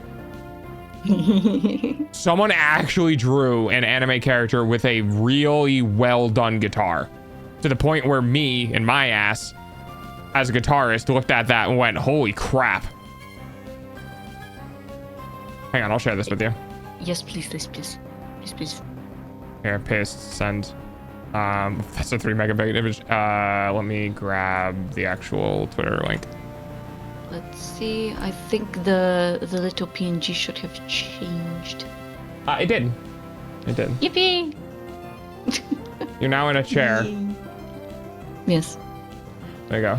Sit in the middle of the screen. You sit on the other Pokemon. There you go. Your face can be visible at least. But I sent you the image in DMs. It's an insanely well-rendered guitar. Yo! Right? Yo! Oh my god. Yeah. I know that guitar. I know that's a Paul Reed Smith or the PRS. Yeah, Paul Reed Smith. The PRS custom. Yeah, it's a fucking good, that is a good guitar. Oh my god, that looks amazing, man. Right? Oh, it's times like this where I really, really want to start drawing again, but I'm like, I need to do something more to finish the things at work, so I'm like, withhold. You need your creative outlet though, but you get, it's kind of like the sketches, you know, it's kind of like the, I'm not allowed to render, I'm only allowed to do like rough line art just to get the ideas out. Because sometimes that's what I do. I don't actually, sometimes I'll do, like I don't really render right now because I'm not good enough as an artist. I'll do flats essentially. But sometimes I'll just be like, I need to open up an art program, I need to grab a pencil, and I just need to go for like 15-20 minutes and I'm good. I get that, but the thing with me is because like I've the way I've set up my environment, right? Mm-hmm. So I have everything specifically placed in what's it called? It's not shelf, but drawers. Okay, I have everything like set up in drawers, like neatly tidy inside. Because I'm like, out of sight, out of mind. I'm not going to think about it. I'm not going to torment myself over it. Right? Right. I won't gonna force myself to forget about it for 3 months. ADHD object permanence, go burr. That is absolutely why I fucking did it. I mean, Yep. And essentially, the moment I get it out, I'm not putting it back in. I can't put it back in. So it's like. Do you do pen and paper, or pencil and paper? I do that while I travel because it's a time soaker, which is great. And also, thank you, Cryptic. I'm really glad you like it. It's actually, before I went on hiatus, this is the most recent artwork that I did back then. But I'm start tracking, yeah. So on a train, like usually the sorry. You're good. On a train, usually my travel time is like a few hours, like at minimum. Actually, where the fuck would I travel that I would travel with the train for 2 hours? I know what country I'm living in. That's not possible. Okay, so it's a minimum of 4 hours. Yeah. Yes, At least you have trains. Oh, you don't have trains? Not where I live. A lot of the United States does not have train transport because we are so big that, like, the middle of if you live in the EU, right? Mm-hmm. The middle of nowhere, air quotes, where trains don't go, is actually most of the United States. Because much like other locations, people congregate in cities. But in Europe, the cities are more frequent because the space is smaller. So like Germany as an entire country is only like, I think it's like 20% of the size of the United States. So what ends up happening is that if you want to quote unquote live in Germany, you're restricted to the size of the country, right? So the population is like more of a growth rate, more cities pop up, more transportation, all good, because there's, you know, you expand within Germany. But within the United States, we have entire swaths of states, whole states, near like half the size of some countries that just don't have a lot of people that live there. And because of that, people don't generate cities there. They just move to cities. So you end up in this situation where a vast majority of the country doesn't really have trains, and we'll be lucky to have buses because the regions in which people live are so big. The servicing that area with a train would be like, well, we got to go out for an hour to the middle of nowhere to get maybe 5 passengers. So we're just not going to do that. We have trains in like cities and stuff. We have subways in cities and stuff. But the second you get outside of that, it's like, nah. Because the unfortunate truth is that we're a country, but each state is legitimately like its own mini country. So states don't really always work together, right? So like in Japan, for instance, trains go through the rural country normally to get to other cities, but they'll pass through the rural countryside. And they do that because, you know, the city or whatever that they're trying to get to is, you know, further away. But when it comes to the United States, if you go from one city to another city, if that city is in a different state, there's a lot more friction, it feels like, for those routes to be created, because it passes into other legal territory, and then it's like, we won't do that. So yeah, it's pretty fucked. Yeah, we don't really have trains. That is fucking horrible. Yup. Especially as somebody who can't drive due to medical reasons. Yup. Yeah, because like for us, like the way you explain Japan, it's like essentially it's the same for us as well. Because like, so we have, see, that's the thing. Not all cities have metros, right? But okay. Like, so for example, the capital, of course, it has it. It's the biggest, right? It's like in Bulgaria specifically, the capital has metros. Because it's the largest. That's how you get around, because God knows, driving in traffic, you're stuck for 3 hours. And if I were to tell you, I think that maybe only one other city in the whole country has metros, aka subways. Yeah. Maybe one other city that's one of the bigger ones, and that's it. That's about it. Yeah, that makes sense. The trains, yeah, and the other trains are essentially like, you know, in between city trains. Like, you know, you can get from one side of the country to the other side of the country. Like those kinds of trains. I'm so jealous. That's so cool. But it is metropolitan based, right? It's city to city. So the problem with us is that yes and no. So it's like, or is it into city out from nowhere as well? It depends. Like it always starts from a specific city. Like they all have Okay. routes, right? Yeah. So it always starts from a city, since that's where, you know, they have the most resources to upkeep the trains. Yeah. Okay. And the trains themselves, like you have several different trains with several different routes that they take to specific destinations. And if, let's say, you want to go from city A to some kind of village that's along the way, so it's not even a city, like it's just a village. Yeah, it goes through a village, but at least the village gets access to that line.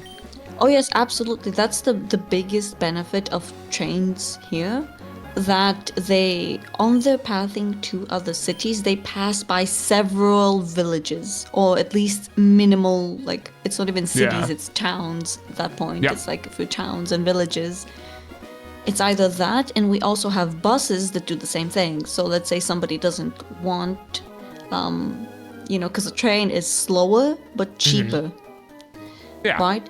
So, and you also have carries more people. buses. Yes. And then you have buses, which is like a bit more expensive, but they're faster, right? So it really depends on person to person. But for example, I can't ride in cars or buses or anything like that. Did you 'cause get, I 'cause vehicle sickness? motion sick. Yes. Yeah. I get motion sick extremely so. I just cannot. So I just go with trains because like I don't It's get a motion straight sick line with and it doesn't trains. move back and forth, and it's easier to. It's Yeah. not really. See, that's the thing that I am.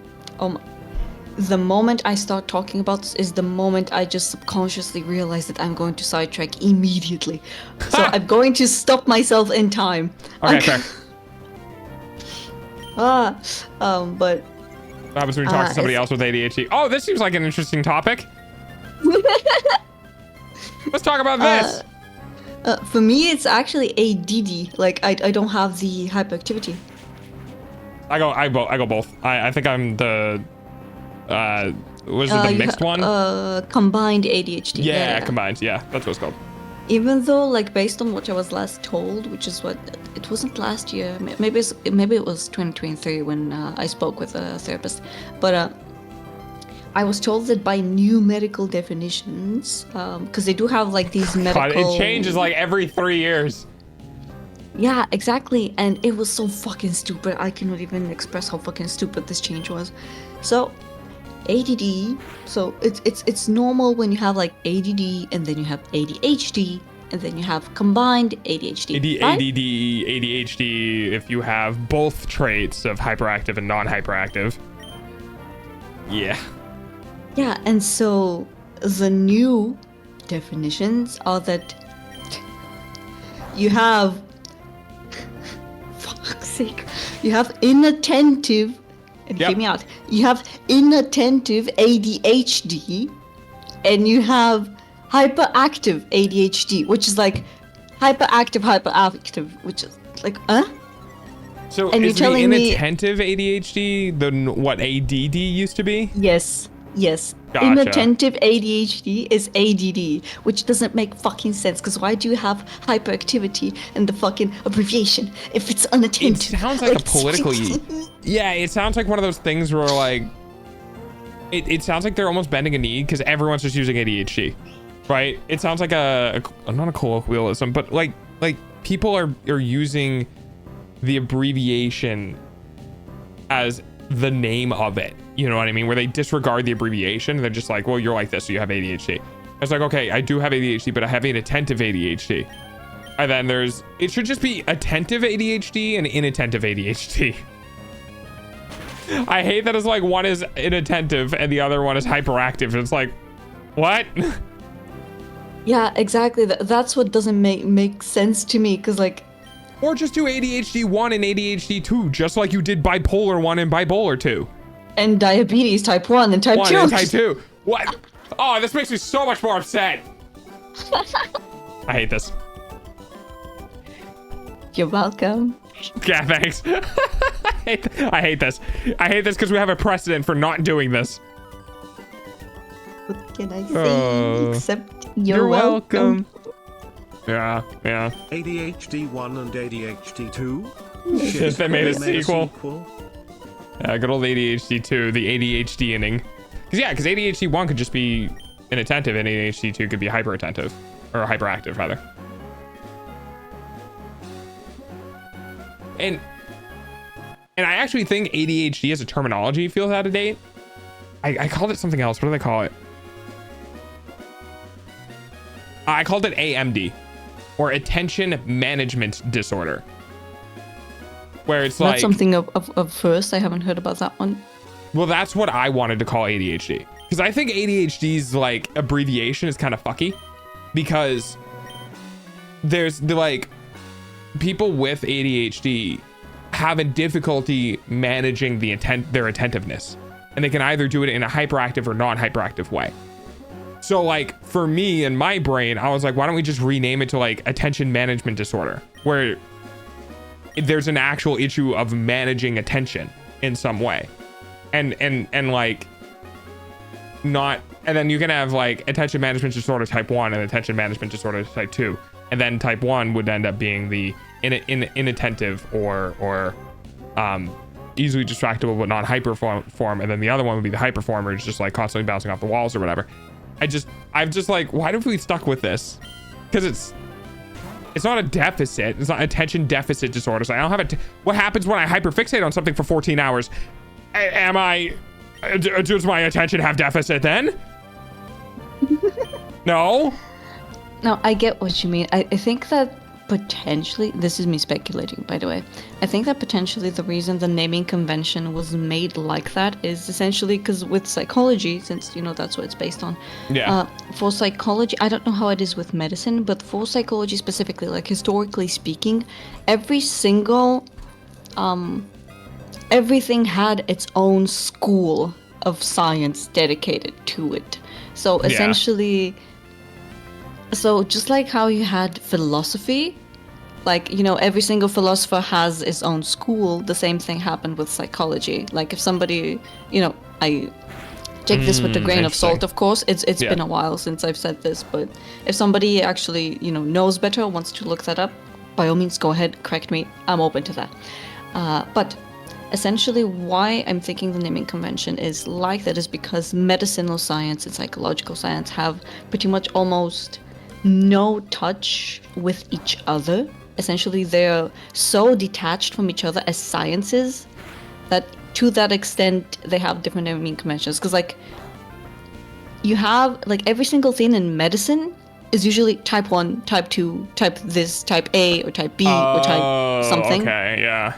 Yeah, meanwhile with psychology, you never have that. With psychology, every single thing has its distinctive name. You don't have types. At least to my knowledge, you don't have types. You have stuff like high functioning, low functioning, this or that, or with ADHD and ADD. You don't have type 1, type 2, A or B or yeah, because I think like they want to class it because each psychological effect is its own unique psychological effect. So they don't want to do a hierarchy system where it's like, here's the overarching psychological effect that can manifest into 2 different ways. They were like, well, let's just do the 2 manifestations as its own thing because they're different. Yeah, and it's based a lot on symptomatics, right? Yeah. And maybe it's because as well, like this, again, this is all me speculating. Like this is my theory on why this is like that. I haven't actually researched the naming conventions and why the things are the way that they are. This is just me applying my logic. And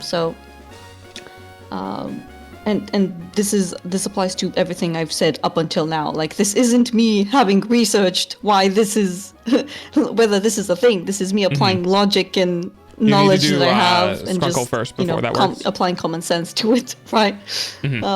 Because that's what makes the most sense when I think about it, right? So anyway, fuck, what was I talking about? Oh yeah. So because with medicine, like this may be just a me thing, but I confuse diabetes type 1 and type 2 so fucking much because they're called type 1, type 2. I'm like, okay, which is which? That's a good point of just being like, well, you could, instead of calling it type 1, you could name it what it is. Like, God, yeah, I don't even know. One was like, no you have insulin a deficit. and one slight. Yeah, I think one you had too much, you produced too much insulin, and the other one you don't have enough insulin to handle the thing. Yeah, so it'd be like diabetes, inefficient insulin, or like you'd have diabetes, like doing a more complete term. But I guess that would fall under what you were saying with the psychology thing. Like, that's what they would do if it was a psychological thing, is they would do the complete term. Whereas in, like, medicine or whatever, they just do type 1, type 2. Okay. Yeah, and for example, if we take what Cryptic just said, 1 is you're born with it, 2 is you develop it. I have the exact one-to-one equivalent in psychology that I can use that perfectly describes why I think the way that I think logically. Because if type 1, like in this specific case, right, if type 1 is you're born with it, and type 2 is you develop it, in psychology, if you are born with a specific, let's say, anomaly or damage in your brain, that can be classified as psychopathy. Like psychopaths, right? Psychopaths are defined as they are born with the thing in their brain that is broken, right? Yeah. Sociopathy is something you develop as a consequence to severe, let's say, trauma or generally Some sort of input bad experience, to the brain. negative. Yes, it's a trigger essentially. Yeah. So you develop it. So that's essentially the it's kind of the same thing, but you see how in psychology it's like psychopath, sociopath. Like it's a specific naming convention. It's not type 1 and type 2. It's not socio issue type 1, socio issue type 2. Yeah. Yeah. Yeah, exactly. I guess maybe because I actually don't know. Maybe it's because it deals with a specific organ. Or maybe it's just because because we're humans and someone found it and they went, I don't know, name it this and this, and everyone went, well, you're the dude that found it out, so I guess we're doing it that way. Because that's what we do with, like, animals. Like, I'm pretty sure there's literally a fish called, like, the ass fish or something. Because the people who found it were like, I don't know, this is a funny name and no one's ever gonna find this thing, so let's just name it this. Uranus. Yeah, exactly. No, it's not Uranus, it's Uranus. Like, no, we know what we called it.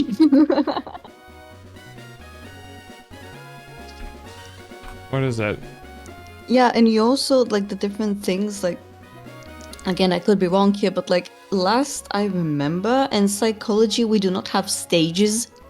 We have functionings, right? Meanwhile, in medicine, it's like stage 1, stage 2, stage 3, stage 4. Yeah, who looks at a fish and goes, let's name this Slippery Dick? Like, you know? Have you ever heard of the tit? I've seen a blue-footed booby. That's a fun one. I actually forgot. I don't remember what boobies look like. They look like ducks. I did not want to. Oh my god! What, my search history is very mixed. Ugh. Ah, here it is. This fish was named the bony-eared ass fish. Because scientists will name this the Aclonithus armatus fish. Bite scientists. Scientists, guess what, fucker? New name. And yes, I just searched the boobies. I completely forgot for a second that boobies are not just a type of bird. Yeah, what type of bird is a booby? Oh, those are not birds. Those, oh my god, anything but. Anything but. That's a weird beak, I don't know. It's a weird ass beak. Oh no, that's fucking terrible. Oh, don't even get me started, you know. Oh no. I was gonna say, can you imagine? Those beaks look really soft until it gets cold. Oh my god, no. No, that doesn't work because stuff comes out of that, not goes into it.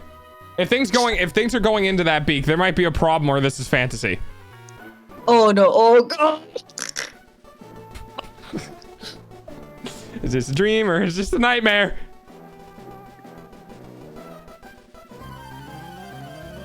Oh my god. Oh god. I was going to go on a tangent earlier about something and I completely forgot what it was now. Fuck. I think it's the thing before we'd started saying people named fish weird ass shit, or just no, it's human absolutely- beings naming stuff. Yes, absolutely. Before that, it was something. Fuck, I'm not going to remember. Let me just Are you- look at. I Oh wanna- my I god, wanna it's, guess it's something. almost 3 a.m. Oh my fucking god. Yeah? I want to guess something. So I am sensitive to psychology and audio. Did you just press your face together with your hands? What? Like, did you have your hands on your face, like on your cheeks, pressing them together, trying to figure out what you forgot? Yeah. No, Yeah. not on my cheek, but it's on like so I'm trying to remember the name of the fingers. Index and middle are on the next to the eyebrow.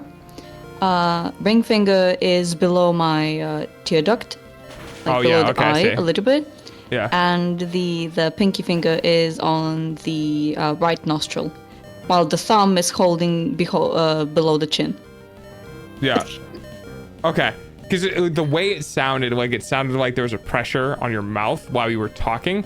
So my brain immediately put you in a position where you were like, you had your hand like this, like on your face, where you had left and right sitting on your cheeks with your thumbs under your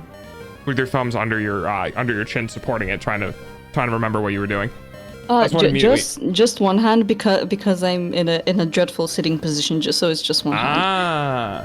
Yeah. Gotcha. Oh no, trust me. If I'm using both my hands to like ponder my existence. The concern meme. Yeah, it's literally just like all my fingers and they're in my hair buried, while the both thumbs are pressed in the center of the cheeks. Gotcha. Okay. That's usually like when I'm like, oh my god, I need to remember something. Got. And that's my thing with my ADHD that took me literally years. What the dog doing? Literally nothing but talking to Hera and doing work. But I have done a lot of work. I have not only figured out the priority for who I'm going to try to get the commission work with, I've figured out the vibes for the major priorities. I've listed all of the accessory or not accessory, but all the additional things that they might do that I need to get work done for. Listed their vibes and now have an order of contact with who I want to be basically working with first, working with second, third, fourth, fifth, so on.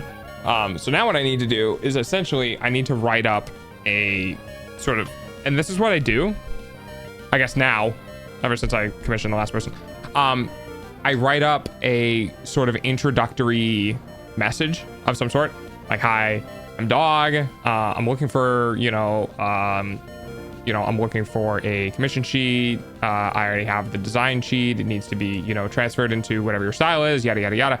And work with creating a sort of introductory message and then sending it to all of the artists, essentially.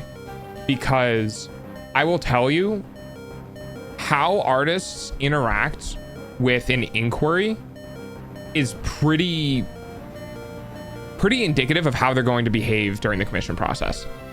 When there is no guaranteed sale, but rather somebody just kind of asking, if there's no response or an agitated response or a half-assed response, it kind of pulls them out of the running immediately.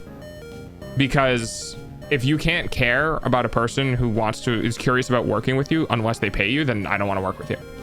And I didn't explicitly have that happen last time when I went with my character design artist, but it just showed me the range of replies that you can have happen. And some of them were very enthusiastic, very happy, very much so, answering my questions and stuff like that. And some of them were very like, refer to this sheet, do this, and then like, that's it. And for me, I know I can end up being a bit difficult to work with as a client. I think I'm a bit difficult to work with. My artists I've worked with have said otherwise, but I try to be very specific. I try to be very clear about the things that I like or that I don't like. And I hate to say it, but I really don't like revision limits because it feels so restrictive of like, I need to get every single tiny minute detail of a revision in and these like 2 revision cycles, and then I just don't have anything else, right? For the most part, what I ended up doing was, when it came to my last artist, we had a shit ton of revisions. I think we had like 10 different revisions. We had a lot, but I know that, and I know I can be difficult to work with. So what I did was, her base cost was $90 for the character design. I told her, I was like, look, my particular thing is going to be a little bit difficult because I think I have a hard time creating things from scratch. Delta, move and your head to the so left for a minute. what ended up happening was, we needed to do more involvement with the actual creative process, where I got a vibe for the character. I'm not exactly sure what I want to go with. Just make anything. Here's like roughly what I want. Here's roughly the things. I didn't give her any references. I didn't give her any mood boards. I didn't give her anything. And I knew that was going to be tough. And I told her right away that was going to be tough. And I said, I will also, tip accordingly, because I get it. And she was great. She created stuff from scratch. She created, went to her mental library or whatever, got a bunch of stuff, put some stuff together, made some more stuff, and we went through the revision process, and I ended up really liking what I got. Her base cost was $90. We needed to do 1 extra revision at the end, which I paid for $10, and then I tipped her $50. So the end cost was $100, and I gave her a $50 tip, because I was like, I get it. So, I need an artist that is really laid back, really chill, really, personable, because I already have like this self-doubt, like this self-issue with the way that I work with artists. So I need the person on the other side to be accommodating with that. So when I see a kind of cold cut and dry response, it doesn't sit right. I think for the bets, it just doesn't work. Like, I don't want to interact with somebody on that. And then I'm at least a client who will pay, who will accommodate for that cost, right? Or accommodate for that difficulty, rather. For artists, usually when they have a specific number of revisions, that's not usually, how should I put it? The reason that is there is because of the specific audience and client types that the artist works with. Because especially, this happens the most with, it's either like more risky SFW or artists who work on NSFW, which is like, the clients, freaky deaky as they can be, they like want to change, example, most commonly, the specific size of one's biological gifts on a woman, if you will. So the most common for those people, it's like they go through this like 40 times, like, oh, make them bigger, oh no, make them smaller, oh no, do this, oh no, do that. So a lot of artists, they just like, it's become a baseline practice to set limitations as a preventative measure for such clients. But this is where I believe the individualism of an artist should come through with every single client that they meet, because something I like to do personally is I like to talk with my client to vibe check them back, essentially. Yeah, so because you don't want to work with somebody who's like, yeah, exactly. Yeah, so I think it's really important for an artist to be able to be adaptive based on the person they work with, because at the end of the day, if the person you're working with, let's say, has the mentality that, you have, for example, where it's like, yes, we are going to put in the extra work, but it won't be like for empty, right? Let's say how with you leave a tip because, you appreciate the extra work. And it's like, it's it's definitely a good interaction for the artist as well. Like, oh, this person, actually, upheld their word. Everything was great. We actually had great work together, all that. This client is great. I would want to work with them in the future as well, and all that. And this is a two-way street, right? Because when you meet an accommodating artist, you want to work with them as well. Like the one client that my most recent one that I had, well, most recent, it was months ago at this point. Oh, technically the most recent one that happened to be 3 years ago. I never said the recent was recent. yeah. We, like, even to this day, I think it was like the other day. Like he just randomly texted me like, "Hey, how you doing?"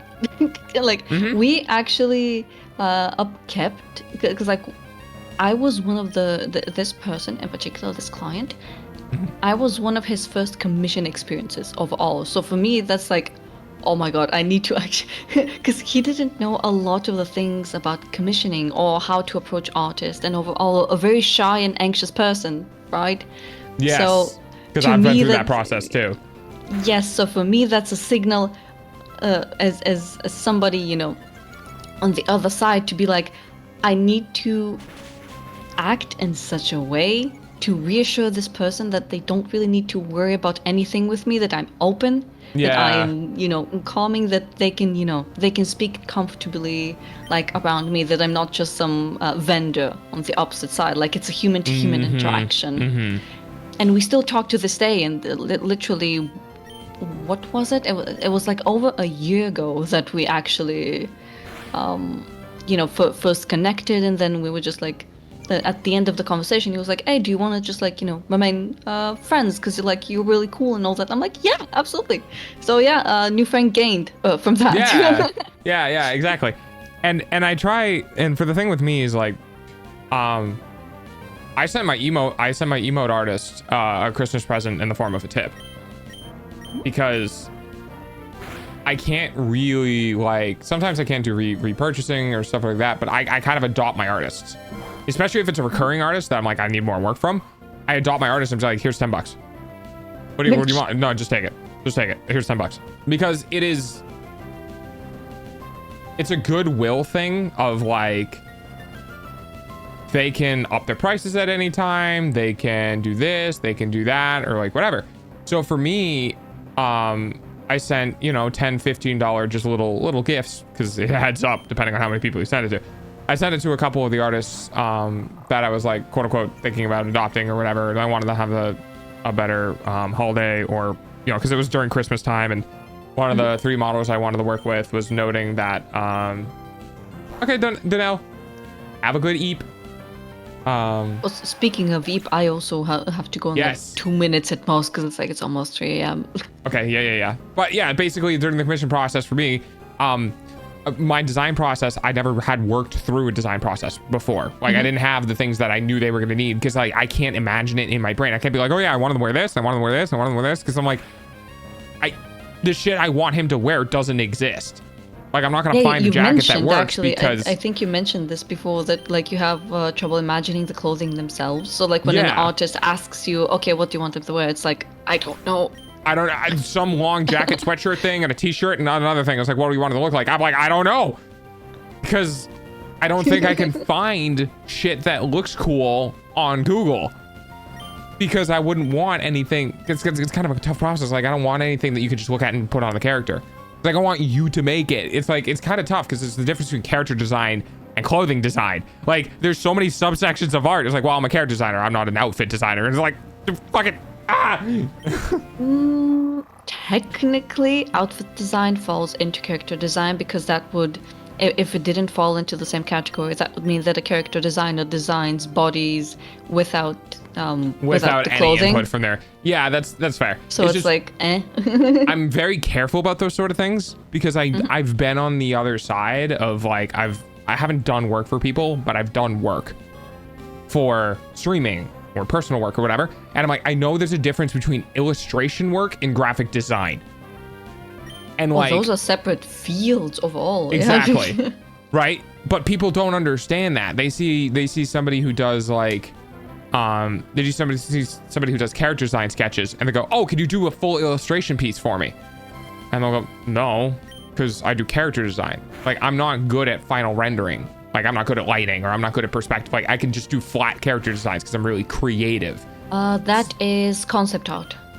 Yeah, exactly. And but you get the point, basically. It's just like, there's a big breadth of fields, right? So when I'm working with somebody and I'm just like, I don't know what you need. I'm just gonna make just make the jacket for me. Just like, make the jacket. Here's what I want it to look like in the vibes. And that's the thing where I was like, I'm you kind have of a tough creative liberty. Yeah. I have tough I have a tough, like, I'm tough to work with, but I'm very articulate. I just can't articulate something I can't make up. You know what I mean? The second she gave me an actual piece, and the second she gave me, like, here's the design, I went, I don't like this. I like this. I like this. I don't like this. Let's change that. Bing, bing, bing, bing, bing, bing, bing, bing, bing, bing, bing. And I could do it immediately, but I couldn't just say what I wanted. Right? It just didn't, it wouldn't happen. It's super weird. It's super weird. Nope, I understand it completely. I can semi-explain it, but I'm going to be here another 5 fucking hours if I start. Yeah, and you gotta go to bed. You gotta go to bed. Stream's ending in 15 anyway, so you're not gonna be missing much. Oh my god, when did the time pass? Holy fuck. Yeah, it's because we're yapping. We're big yappers. How long have we been in the call for? We've been in the call for an hour and a half. It's only been an hour and a half. I feel like 8 hours have passed. Well, your brain's going a mile a minute because it's been a bit. Well, for one, for one, it's been a bit, and for another, it's always like, whenever this has happened to me with one coworker at work who also like has this fast pace thought process going on. Mm-hmm. So it's a lot of bouncing back and forth mm-hmm. between different topics. So it's like bing, when bing, you cover bing, different so when you cover different topics like so quickly and you bounce between them, it feels like such a long time because of how much mileage we've covered. But yeah, technically we've covered like. It's like we've gone through like 6 topics. Time frames, yeah. Yeah, and it's the difference between talking to talking to a neurotypical person and a neuroatypical person. Of like the neurotypical person is normally like, I don't want to say slow, but I mean more like even paced, more centered on a topic, more follow through, more like, you know, whatever. You get a neuroatypical person, more focused essentially. Yeah, more focused. There you go. You get a neuroatypical person and they'll just, that one thing that you said that was kind of an off remark, they're gonna grab onto that and be like, oh wait, that's really interesting. Like, where did you come up with that? How did that work? And then it's like, that reminded me of at least 2 other stories. Yeah. Oh, I think of it all. So you end up in a situation where you're like, okay, another branching path. And then you finish that one, you go all the way back, and then you continue the thing you came down. So you're walking a straight line and you're just going off of all of these roads on the side. And it's like, well, we finally finished the straight line. So we finally got something done. And you don't realize like during that period of an hour and a half, when the topic finally finishes, you've covered like 9 other topics. Exactly. But I'm gonna cut you off so you can actually go to bed, because we're gonna do the thing where you know, you say goodbye to each other and then you go to the car and then you sit there and you talk for another half hour. We're gonna end up doing that. Don't even get me started. Look, so sometimes I go to bed, right? But if you see me online, it's not that I didn't go to bed, it's that I failed. Okay. I went to bed. I am still trying to go to bed. I have failed. I have went to sleep, but I have failed to sleep. This is why we are... Yeah, I went to bed. I just didn't go to sleep. That's funny. Okay. Let me kick you out of here. No. Go to bed. Go to bed. Have a good night, Hera. Thank you for stopping by. Thank you for having me. I genuinely enjoyed the conversation. It's been so fucking long. I know, my God. it's been forever. We need to find a time where you can actually stay up late and I can bring you on or I can get you on early in the stream. So like an hour and a half at the start of the stream. It's much more reasonable than an hour and a half at the end of the stream. But yeah, just pop in the chat and poke me and be like, hey, can I jump in VC? And I'll probably be like, yeah, come and jump into VC and we can hang out for like an hour or whatever before you head to sleep. No, knowing myself, I will literally never openly display a need to get in VC because that's just not how I don't function like that. I can poke you if you show up and you just want me to. I can be like, hey, I'm not doing anything. You want to be in VC? You know, whatever. I can open an invitation, then you can accept or deny. That is a lot better for me because otherwise I feel rude. I feel like my manners don't allow that.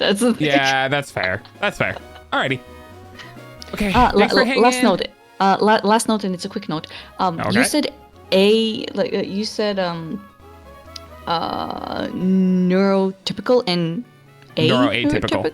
Neuroatypical. I know them as neurotypical and neurodivergent. Like is neuroatypical something new or like? No, it's just a synonym. Neurodivergent is you're diverging from the typical. So atypical is just, it's the same thing, just a different word. I just like the fact that one is typical and one is atypical because they both have the same word in it. So if I do typical and then divergent, my brain doesn't like that because they're not, when you could do atypical and typical, you know what I mean? Oh no, I get you. Yeah, I'm just asking because you know how you have there's a difference between asocial and antisocial. So like it's the same social, like it's the same root, but you have a and anti, for example. So Yeah, exactly. Just wanted to know if it's something like that, just so you know. No, not that I'm aware of. Not that I'm aware of. Yeah. All right. Okay. All right, get the fuck out of here. Go to bed. Oh fucking good. Bye. Fine, and I'll take my billowing cloak as well. Bye. Bye. Good night. Oh man, dude, it's legitimately been, I think, 2.5 years or something like that since we've been on VC. I think it was August. When she was saying like the last time we talked, or when we started talking, was in 2022. I think it was in August of 2022. That's why she remembered summer. But I think I don't think we've been on VC in like over 2 years. Like easily over 2 years. There you go. That's Hera. That's somebody who followed me through my last streaming account where I imploded and my life just decided to go into the shitter. And kind of followed through with stuff, and has now showed up in this one where I've been doing it for a year now. So pretty proud of myself. But yeah, Hera's super nice, very yappy, just like me. Loves to talk about random bullshit. Gets weirdly hyper fixated on shit and just like to the nth degree and just figuring out stuff about it. And we could just end up we could fill an entire stream with talking nonstop. Oh, so I forgot to mention puppy ear buddies. Ear buddies.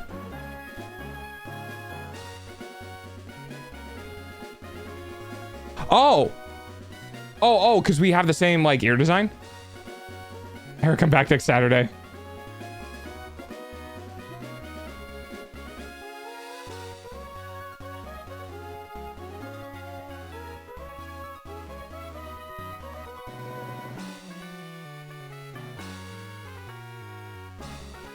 I got marked stuff as red. I do.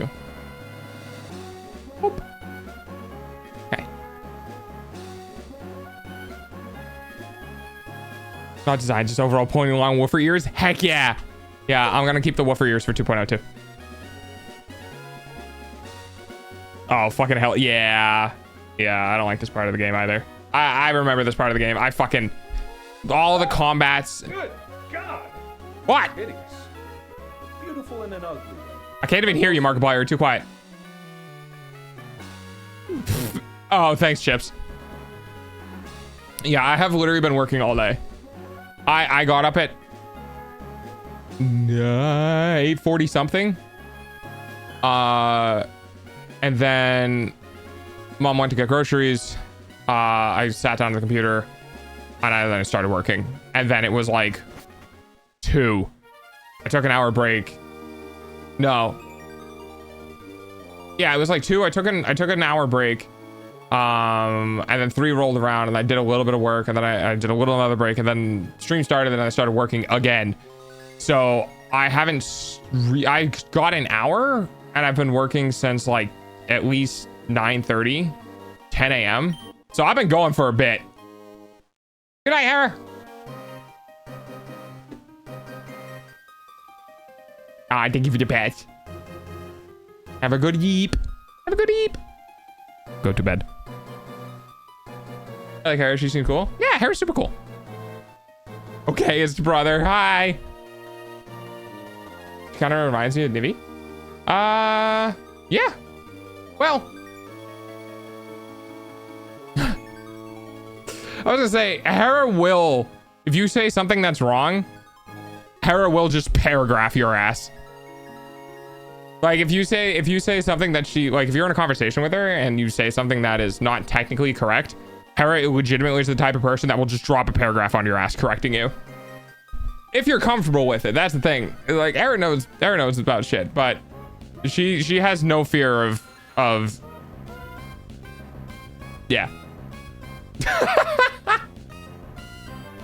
Go to bed.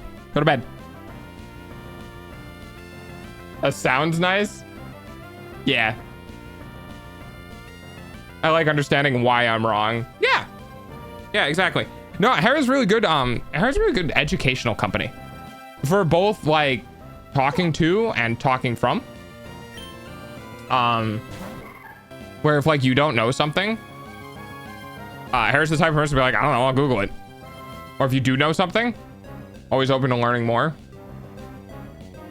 Yeah. Reminds me of in another server, some fucking German was trying to argue with me on what year the US was founded. I can't really say anything about that, mainly because genuinely speaking, I think there's a lot of people from other countries that are better educated on people from that country.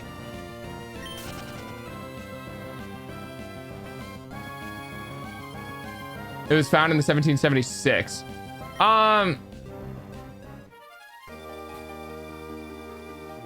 Well, that was when independence was declared and it was signed. It's kind of tough. Yeah, are we talking about like what everyone else considers to be our independence?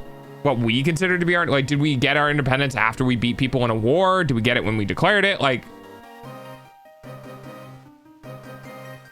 yeah, absolutely, Hera. That's so we wanted freedom. We were actually given it in like 1781. Yeah, so I think that's semantics. Like, I think it depends on. We declared our own sovereignty. So, whatever the fuck, if that's a word. Go to bed. Go to bed. Go to bed. Go to bed. Good night. Good night. Good night. Just do exclamation point sleep. It'll time yourself out. Sovereignty. Yes, thank you. Sovereignty. Fucking, of course, Mobius knows it. We declared our sovereignty in 1776. But, like, it wasn't recognized by external powers. Yeah, that too. So it's kind of, I think it's one of those things where there is no clear-cut line of when was the United States actually a country? It's like, well, that depends on who you ask. I think that's kind of the biggest thing there. Because if it's like, if you ask the United States when they were their own independent country, this was like 1776, when we fucking said we were. And then if you ask other countries, it's gonna be like, oh, well, it's whenever they beat the overlords from like the UK or whatever. Yeah, and that's kind of true. Like, I agree with that, right? Because, for example, right, if I took a property in the United States and I said, I now own this, I'm not gonna pay taxes on it, I'm not gonna do this, I'm not gonna do that, or like whatever. This, you know, acre of land is now 100% my rule. I'm taking it from the US government. If you did that, right, that doesn't all of a sudden make that land yours. Even if you declare it, right? What does make it yours is if you can shut down an entire military reprimandation. You know what I mean? Like, if you can beat all 5 stars in GTA for them trying to take your land back. Like, what point does that land become, oh, it's not worth it, just give it to them, right? If you have a tank and a fucking castle on your, like, I don't know, 15 acres of land and mortar systems and firearm systems, and you're like, this is mine now, I'm not paying taxes, come take it, right? And they send out people, right? And they send out people, and you have like a fucking cannon pointed at them, and they're like, not paying taxes, you can try to take me to jail, or you can get blown to smithereens by the gun. And they go, I don't really want to get blown to smithereens by the gun. We're not going to take you to jail. So at that point, It's right, if you're able to completely tell the US government to fuck off, and and the US government listens, that's when it becomes yours. But I kind of agree that just saying it's yours doesn't make it yours. Not until you've taken it away from the people who have owned it before you, I guess. So, like, yeah, it's kind of tough because we declared it in 1776. So we recognize ourselves as independent, and anyone who tries to enforce their they're ruling over us is now like at war or whatever, but we claim we are. But everyone else is like, well, no, because if that country won and beat you to a pulp, it's still theirs. Like, it's quote unquote still theirs, as in it never left. Yep. Did we save the game?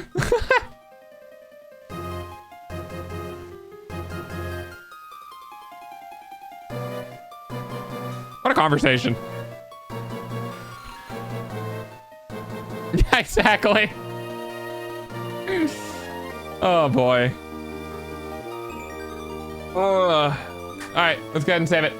Motherfucker, nah, it's 76. I think Greece was always one entity before the Turks rolled in, then unified the people. Anyway, time to save. Yeah, exactly. Exactly. All right, and then I gotta reach out to some of these artists, and I don't think I'm gonna do that today. I think I'm gonna do that tomorrow.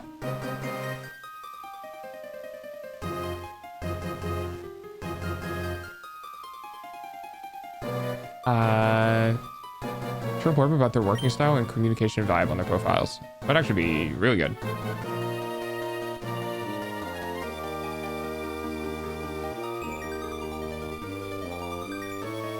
Would you like to save the game?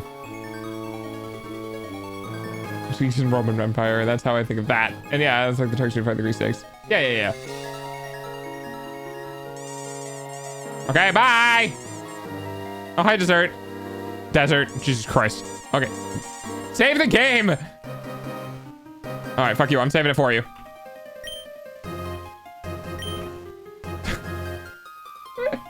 We're at the end of stream. Let me be free so I can eat dinner. God damn it. All right. All right, everybody. Thank you for hanging out. I appreciate it. Thank you, Hera, if you are still working, because I'm ending stream. Thank you, Hera, for hanging out with us as well on stream. I appreciate it. Tomorrow's React today. So look forward to that. Again, if you want React stuff, put it, if you're under 18, put it in the under 18 channel. If you want me to react to things, you're over 18, put it in the React channel. We will get that shit going tomorrow. I figured I'd say so now, just in case you guys want to put something in there, or you are scrolling shorts, or you find something that's interesting and you want to put it in before tomorrow pops up. Yeah. All right. Have a good night, everybody. Thanks for